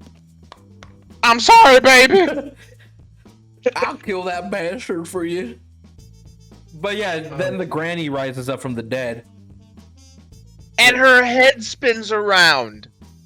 Like her head is just like, "Ah!" and spins all the way around at one point. And I was like, and who else? Someone's bitten. Oh, it's the butler dude. Oh, And- yeah, he was.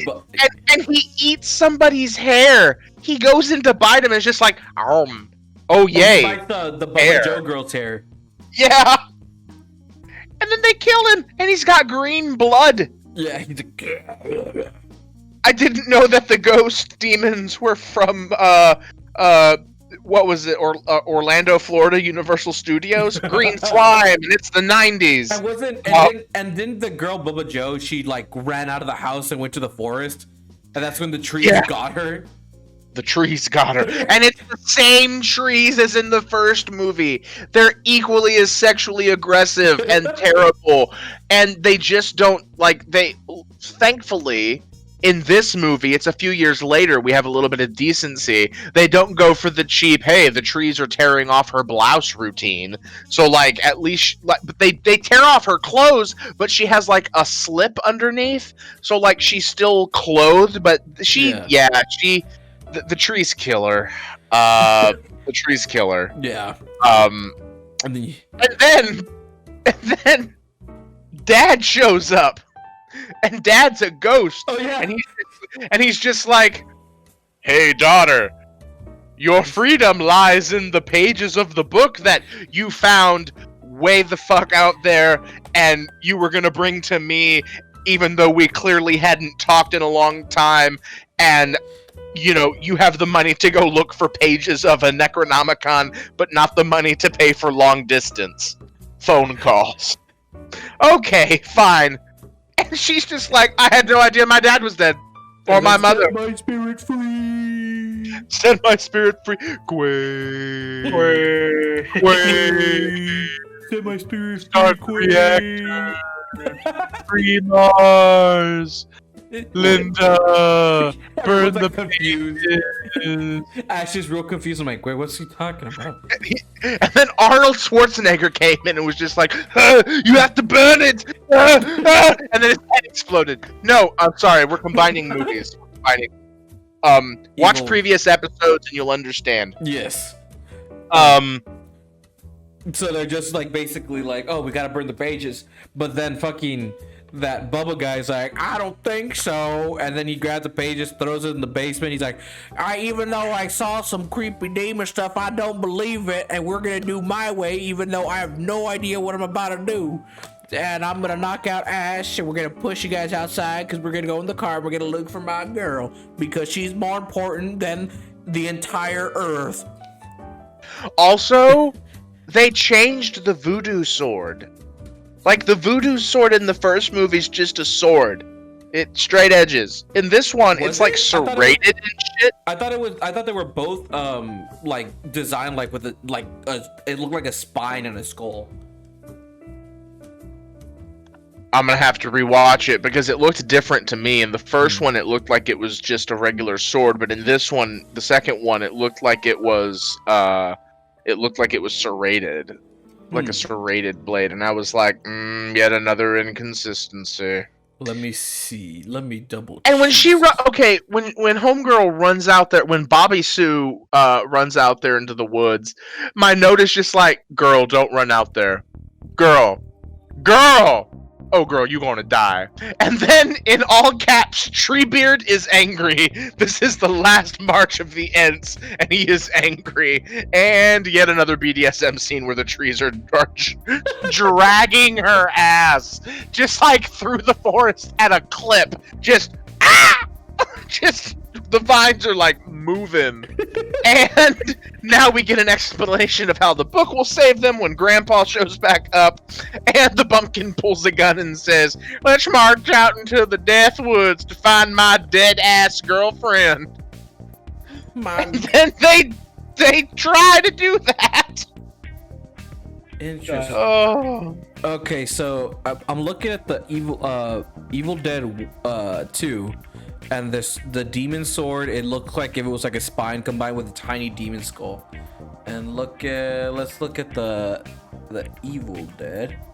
Let's see if it is similar. I'm not you can see this, but doesn't want to show, but it's showing more of just Evil Dead 1. It shows this girl. Is there anyone else in the movie that has the demon sword? I guess not. Okay, I think it is different. It does show. Oh wait, no, this is from the TV show. Never mind. Okay, but anyways, they probably were different swords, or maybe not. I would have to rewatch. We would have to. I mean, I get why they changed it, but I was just like, continuity. Yeah. The fantasy is shattered. And then how did the Bubba guy die? I know he Yes. Bubba got shanked with the demon sword. Like the right voodoo into his stick. lung. Yeah, Bubba got stabbed with the demon blade and into his lung, and that was because the girl stabbed him by accident, wasn't it? Because she got scared. Yeah. Yeah. And then the professor's daughter is just like dragging him around the house, and he's just like, I can't breathe. And then she's like, oh, I'm sorry. And then he's like, drag me faster. And she's like, I'm trying. And she just drags him into the next room, and he's laying there dying. And he's like, grab that axe, and we'll be able to fight him, because Ash has turned into a zombie after he cut off his hand, which, by the way, he cuts off his own hand, and the hand runs away into the walls, and he just gets a pillowcase and duct tape and just wraps up his stump, and it's fine. It's just fine. He doesn't need immediate attention. He's just good. Pillowcase and duct tape. That's what they were using during the Civil War. I see you lost your leg, Frank. We're gonna have to cut it off and tie a pillowcase to it.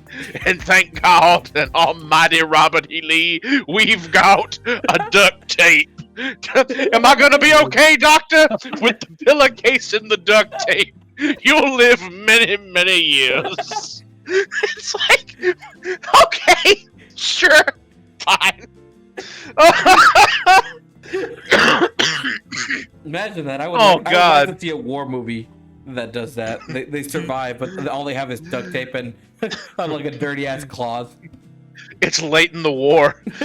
Well, sir, we're running low on pillowcases, and our duct tape supply has been captured by the Yankees. Well, I might be Robert E. Lee, but I know when our fighting's done, boys, we're gonna go to Appomattox. It was then that the Southern states became Appomattox. What are you going on?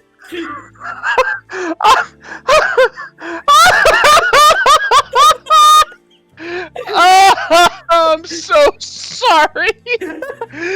Oh my God. Duct tapes and pillowcases.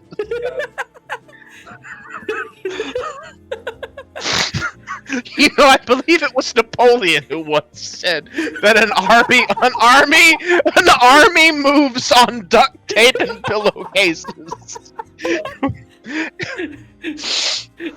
I don't remember.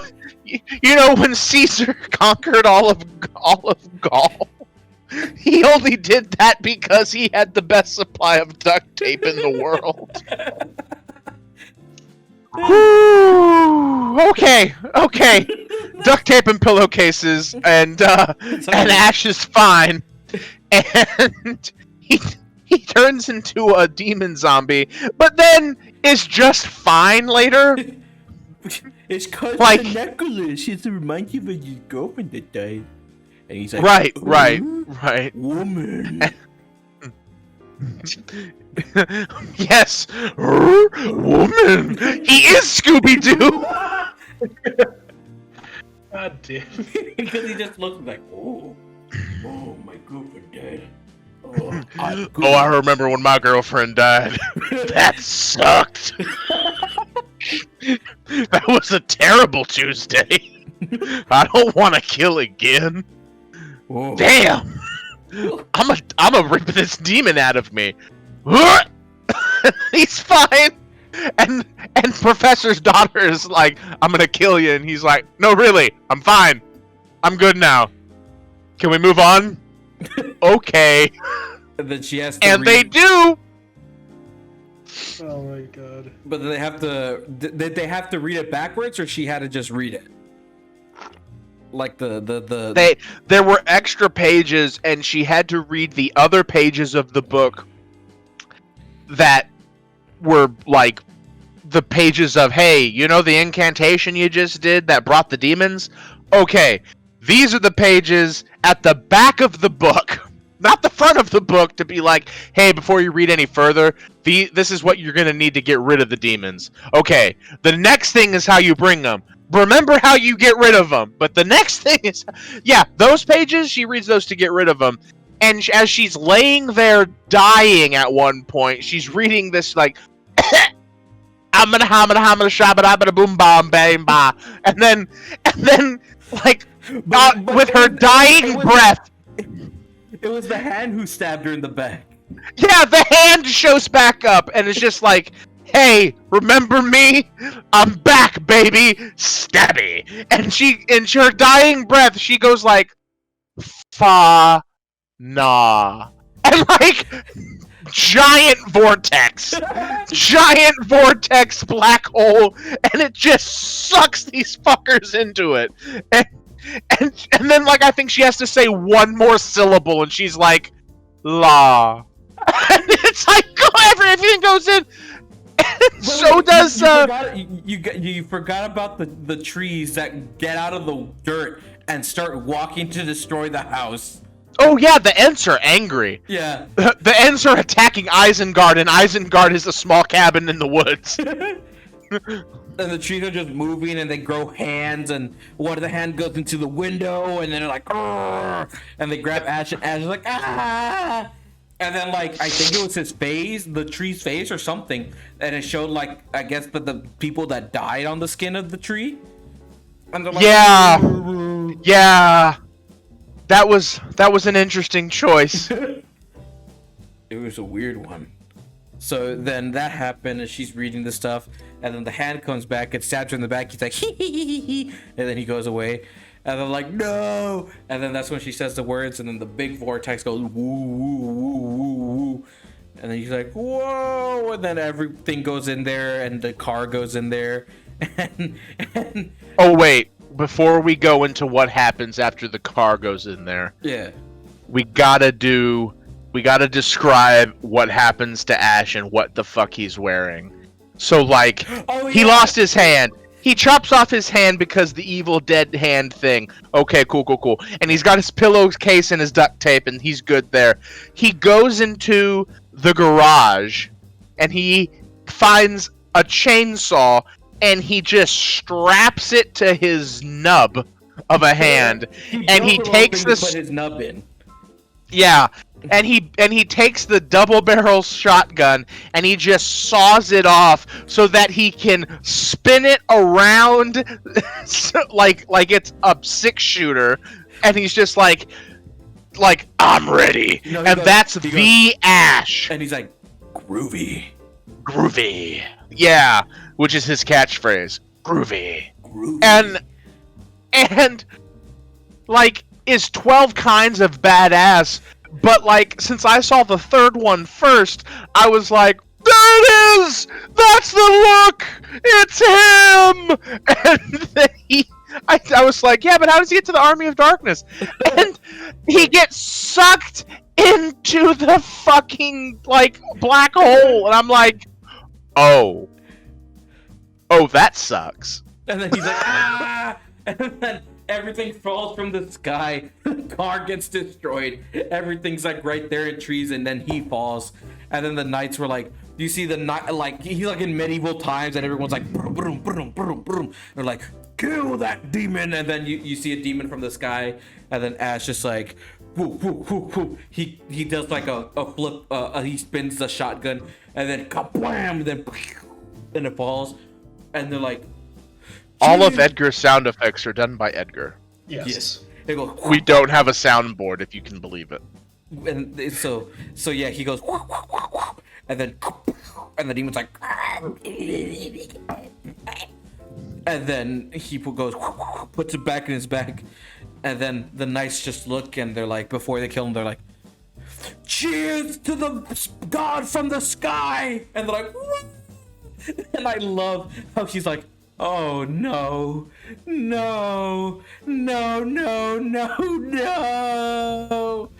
He's like, I don't want this. Yeah, he does.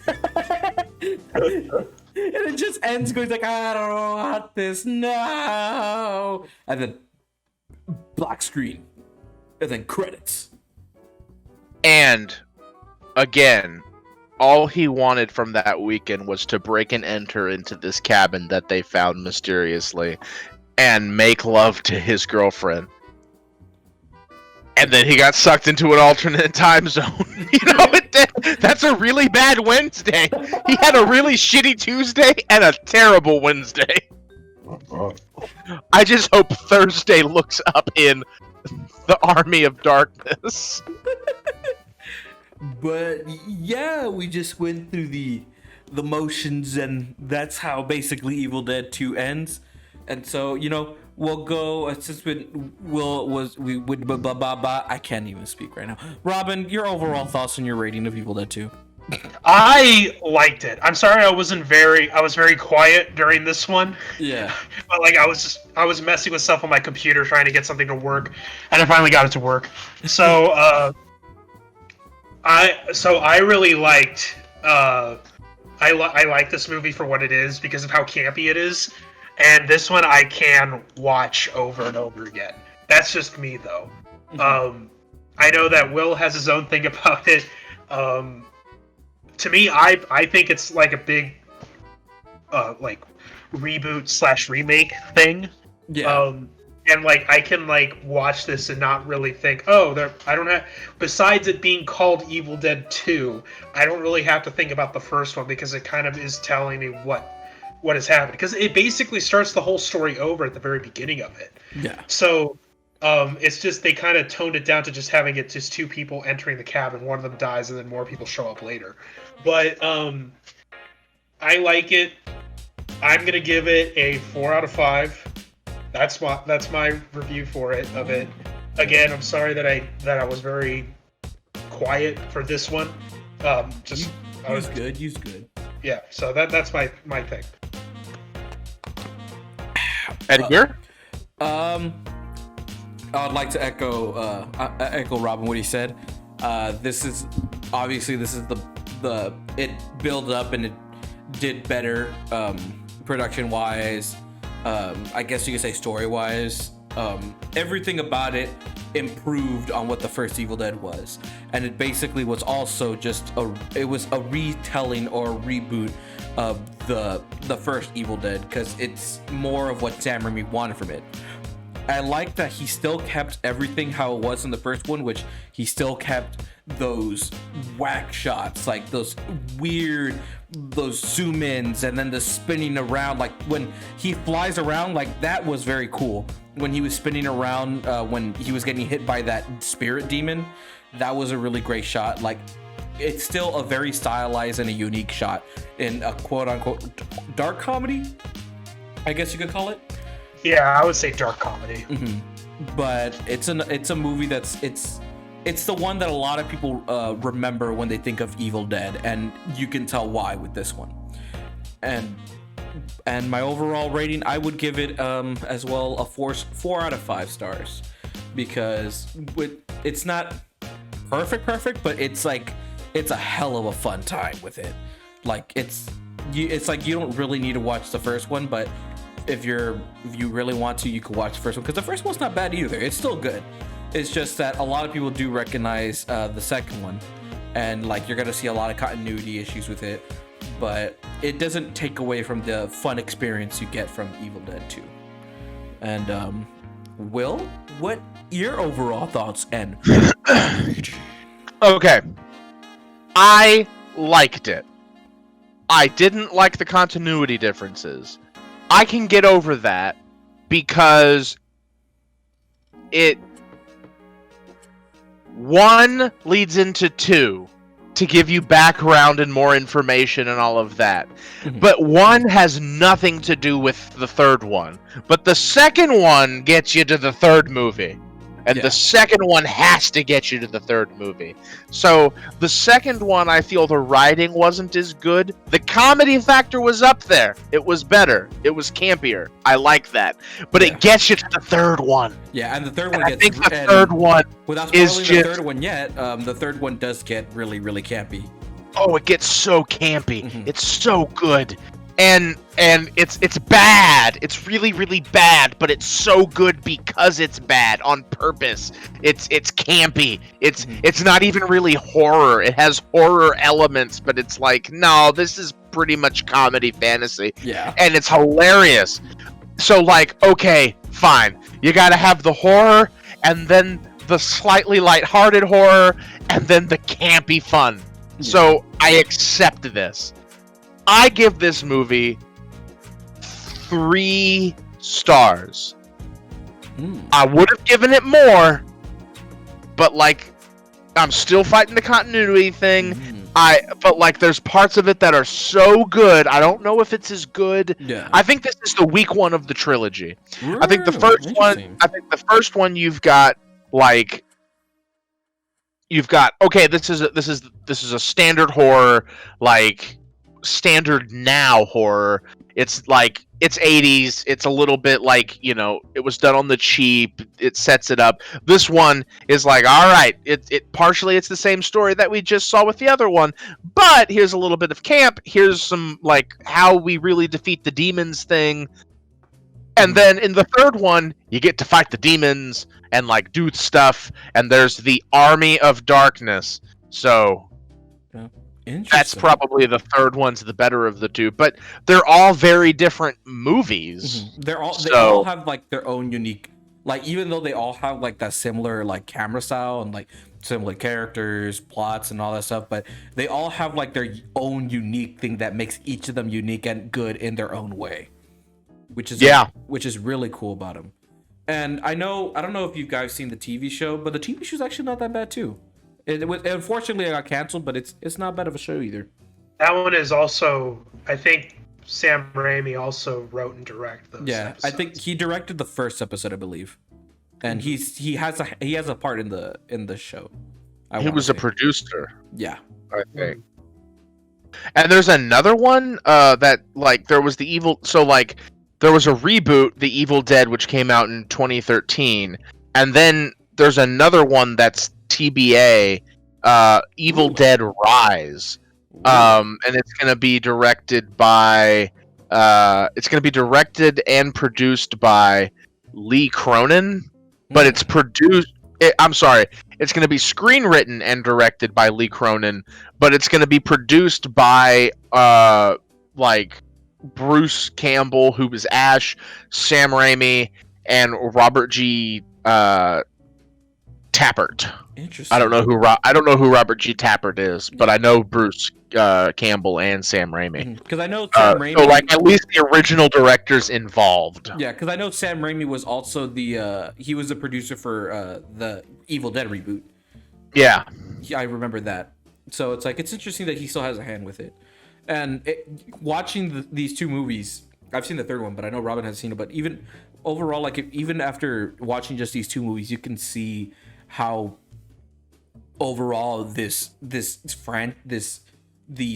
films left a huge impact in the horror, like in you could say in the horror genre and the horror industry, with creating like that new type of horror of, because later on after that you'll see like a tons of B-C movies and different movies just trying to like go into that genre. Because there's that one called Cabin Fever. There's a movie called Cabin Fever. I think that's the name of it. I'm reading more into the Evil Dead Rise, and apparently, so like, it was originally going to be called Army of Darkness 2. This was in March 2017. Raimi announced that he was writing a 4th movie, and it was going to be titled Army of Darkness 2. And then Campbell confirmed that he would reprise his role in it. Then later on, in 2019, in July, Sam Raimi was discussing the future of the Evil Dead franchise, stating that he is working on some ideas right now. And let's see. I'm continuing. By October of 2019, Raimi announced it at the New York Comic Con that a new film was in development. Bruce Campbell will serve as a producer and will not be the star of the film. In June 2020, Lee Cronin was chosen as a director with a script he wrote.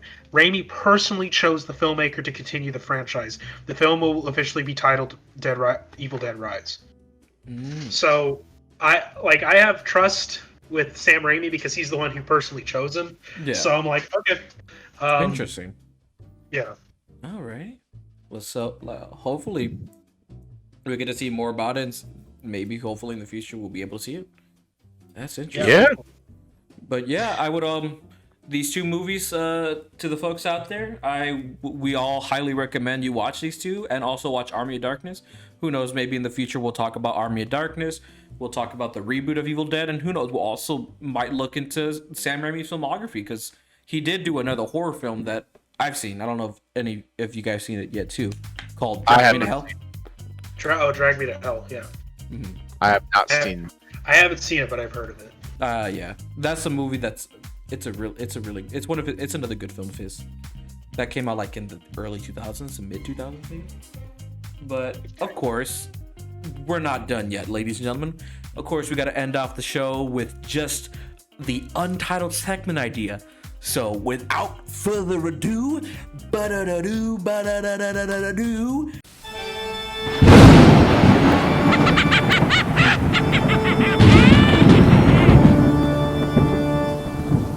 Dogs, and random villain.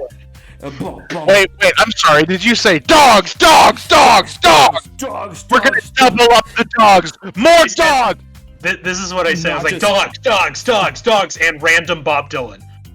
And random Bob Dylan. Yes. So we're not only 2 dogs, 4 dogs, and then not just 4 dogs, had a Bob Dylan in it. Yes. Here on the Grand Slam Live, we like dogs. We hope they thrive. I'm Bob Dylan, and I'm singing. That lady didn't get shot. She was just winged. Evil trees. Why won't you let me bees? Thank you, Bob Dylan. Thank you. I'm still here. No, Bob Dylan, go away. I can't. I'm waiting for my bus. Bus? I don't think that was Bob Dylan. That man's waiting for a bus. Wait, Yeah. hang on. Did he just take our wallets? Hey! Hey, I got your wallets. I'm gonna flee. I hope you are not mad at me. And by the way, I'm actually Tom Hoffman, Abby Hoffman's dead brother. Wait, dead brother? Oh.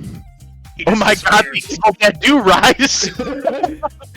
Actually, I don't know. I was just making the joke, but I'm sure Abby Hoffman's brother was lovely. Don't sue us, please. Yeah. Yeah. Please don't to us. Your brother was probably. If Abby Hoffman had a brother, I have no idea if he had a Oh, brother. okay. I thought. Okay, well, there we go.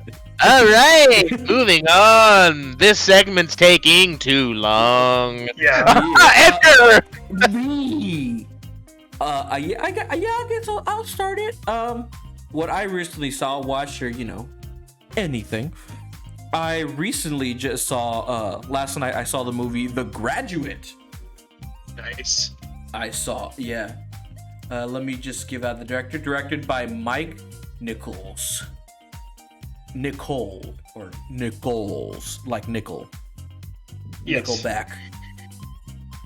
But it was my first time watching The Graduate. I've always been hearing a lot of film buffs and a lot of other people talk about The Graduate, and I was always hesitant on watching it.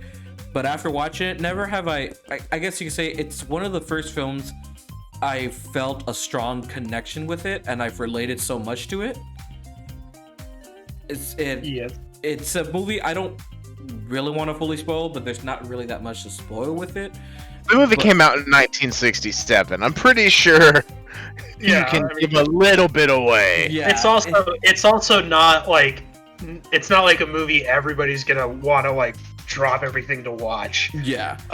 It's the premise of the Graduate is a kid who just graduated from college, and it's a coming of age story for him, and he doesn't know what he wants to do with his life. He's very confused, and it's just like he doesn't know what he wants, and so it's like a whole, I guess you could say it's like a whole journey or whole experience of him, especially since in the movie he does turn 21, which when he said that he was turning 21 next week, I was like, what the fuck?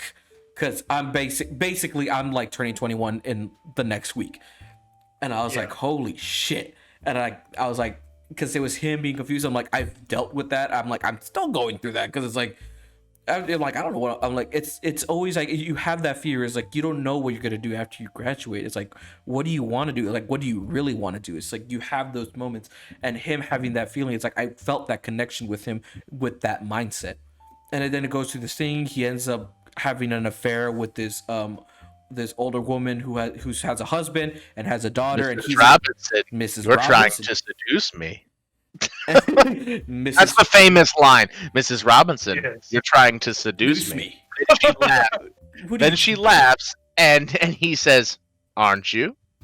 It's like, Uh, and the music is done by Simon and Garfunkel, and Yes. and yeah, the it's such and great. it and hearing the sound of silence, it's now Wait. like a completely like different, like Wait, hang on, wait. What? Are you going to Scarborough Fair? no, I can't. I'm doing my hair. But Okay, now I get. but the whole that whenever hearing the music in it, it's like I understood like when everything is just like like the whole film is just silent, and while they're talking, because there's not much music, it's just Simon and Garfunkel music like in between in certain scenes, but it's they use the music so well like integrated with the film to give like a meaning to like what's going on. And so after watching it, I can confidently say right now I gave the film like around 4.5 stars, but I'm really close to giving this film an overall 5 out of 5 stars, especially with the themes and what is showing and how the characters going through it. Like this whole crazy shit goes on, and then even at the end of the film, it's like you think he found what he wanted or what he wanted to do, but then it goes to that point where it's just like the same face he had, where he's just confused. Like, is this what he wants? He doesn't know. He's still like confused of what he wants overall. But and that was like, yeah, that's it. Yeah. It's like maybe I'm in the fence of like 4.5, or give it the 5, but that's where my range is. But yeah, I would, if you haven't seen it, I really highly recommend it if it's on your list. And we'll go to Will. What have you recently seen, watched, played, etc., etc., etc.?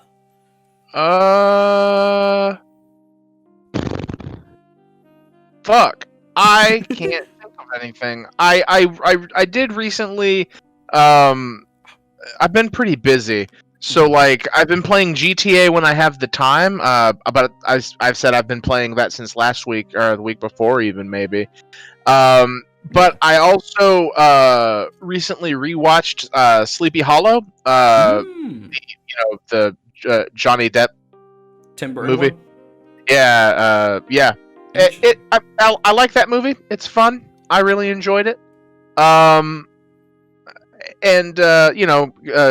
5's enjoyable. It's a little salty at some points because sometimes people suck. But Sorry. It's a lot of, have to deal with a lot of hackers in that game. Yeah. get on your Rockstar. I plead with you. Do something. Get the fucking do something, Rockstar. Also, at the same time, people who are using hacks, fucking get good at the game so you don't have to use hacks in the first place. And some of them, it's not even that they're bad at the game. They're just like, hey, this is a really fun game. You know, it would be even funner if I was God. Or a dick. Or a dick. But like, yeah, except for the hackers, which are numerous, it's a fun game. I really enjoy it. And I've also been working. I've been telling Rockstar for years now. Because my boy Rico's been playing it since the few months after it came out. So I get you, my dude. You've been on this longer than I have, and I guess you guys and I believe you too have too. Yeah. It's so I enjoy it, but it's like, oh, we have to find servers and like, okay, is there a hacker here? Can we tell? Oh yeah, there is. Okay, fuck it, let's go to a different one. Is there a hacker here? Oh shit! There's a giant fucking asteroid in the middle of downtown Los Santos. I guess we have to find another one. Self-destruct. Yeah. Yeah. Oh god. But you know it. But when we are playing, it's fun. It's Most fun of the- together. Most of the time, sometimes there are a lot of hackers that are just like, no, they're just doing their own shit. Like they're not bothering anybody. Yeah. They'll even like go out of their way to say like, hey, if anybody wants money, just come hit me up, and I'll just give you free money through this hack I know, or whatever. Yeah, but that's shitty too. Because It is shitty Yeah. because then you're not getting the accomplishment of getting that money. Mhm. And also, like, okay, cool, free money, but like, Rockstar can also be like, hey, you got all this money out of nowhere, we're gonna ban your account. Not the Or- hacker's account, yours. Or they could also make it easier to get money within the game too. Yeah, but then Because yeah, they give you such a small amount though, and it's like that's the one thing I don't like about Rockstar Online is that almost a lot of the stuff that you can get is really overpriced. And the missions that you do like they don't give you as much money unless you do the heists, and even then it's a very small probability you'll even get all of that money anyway, and you have to Right. split it 4 ways or depending. And then if you want to be fair, yeah. if you want if you wanted to get it, then it's like, oh, you're still not there yet. And they have like these shark, it feels like it's trying to push you to like, hey, but you can get more if you buy these shark cards, so you can add more money to your account. And it's like, no, I don't want to do that. Why not you make the prices a little bit cheaper so then everybody can be able to have fun and play it instead of having to either hack to get money or I don't know. It's stupid. I just think it's stupid. All right, my movie, right? Yeah. You. What have Rob? What have you recently seen? I've been recently watching the Grand Tour / Top Gear also, which it's a British car / talk show. But yes, you can watch it for the cars, but you're mainly watching these two shows for specifically the announcers, which is Jeremy Clarkson, Richard Hammond, and James May. And Jeremy Clarkson got canned from Top Gear, and now Top Gear's still going, but not a lot of people watch it because it's just not the same anymore without those 3 guys. So they did their own thing on Amazon Prime where they're talking about where it's basically the same thing, but it's just called the Grand Tour. And it's really fun to watch. You get to learn about all these different types of cars, which this has helped me learn how, like, oh, that's a really shitty car to have, Speed or and oh, power. yeah, or learn about like, oh, that one's actually faster than this car, or something like that. But yeah, no, that's what I've been recently been watching. So that's my thing. All right. And I know. Well, fun. Yeah, and then we're the end of the day. I know. Since we have next week's going to be the last Spooktober episode of the Grand Slam, and then we go back to a regular Grand Slam. But we have some certain plans. I don't want to say yet until we can fully confirm it.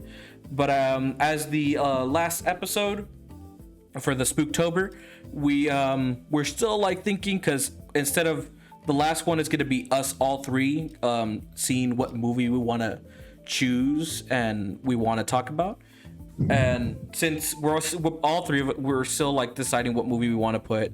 I will confirm around maybe tomorrow, or basically after I upload this video out there, I will have a post that will tell us that will announce what is the movie what's the spooky October theme. What's the last Spooktober movie we're going to be watching? Yes. Yeah. Meanwhile, I'm in the background in my own computer for this last week of Spooktober. I'm playing Bridge Over Troubled Water by Simon and Garfunkel. because it's a sad moment. It's the end. It's almost the end of Spooktober. Yeah. It's a bridge over troubled water. Get the fuck out of here, Bob Dylan. Yeah. This isn't even your song. It's my song if I sing it. No. But I know the schedule has been very whack with this stuff, and that's because our good buddy Will has been working during the election, which aka go out there and vote if you want your voice to be heard. Also known as I mean, Yeah. that wouldn't be the right form to use. All right, whatever. Go out and vote. Sorry, Robin. If you haven't voted, go out and vote. That's the main thing. Yeah, go out and vote. Like, we may not be political channel, but we were like, hey, We support voting. yeah, Yes, we support the votes. it's our constitutional right to vote, and you need to go vote. Yeah.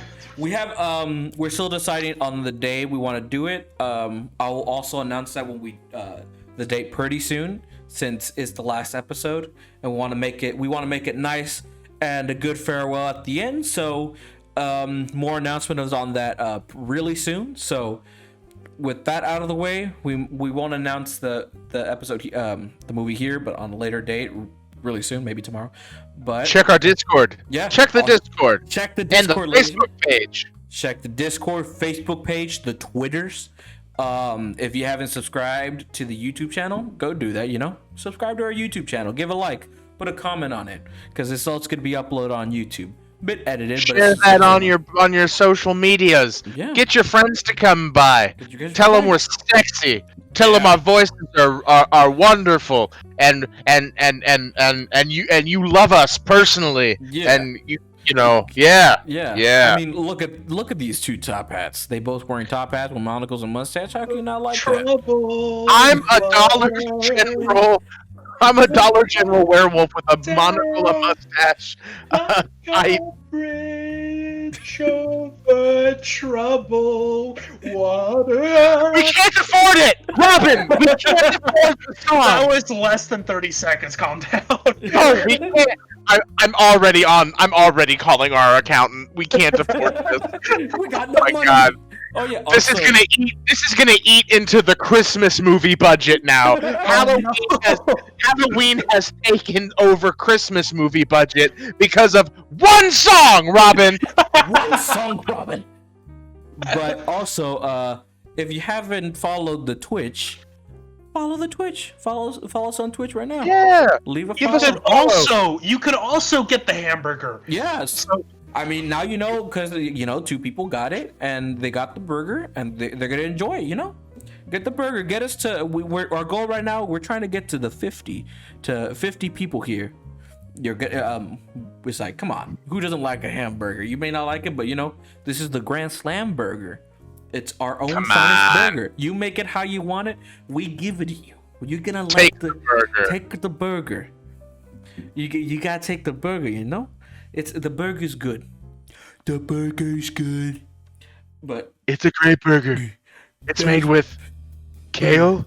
No, beef. That's what a burger is. It's beef, isn't it? Beef. Maybe kale if you want it. Vegan Grand Slam burger. I thought of it. ooh, Not you. all right. All right. Make sure to follow, like, subscribe, all the good stuff, everything here. And with that out of the way, ladies and gentlemen, we love you all. Goodbye. Wait. Bye. Play Skyrim. You can play Skyrim on a Samsung Smart. So, how do I get back to Detroit from Tennessee? I'm trying to figure that out. Well, you're gonna have to go through the basement. You see, the basement's got a road. Oh.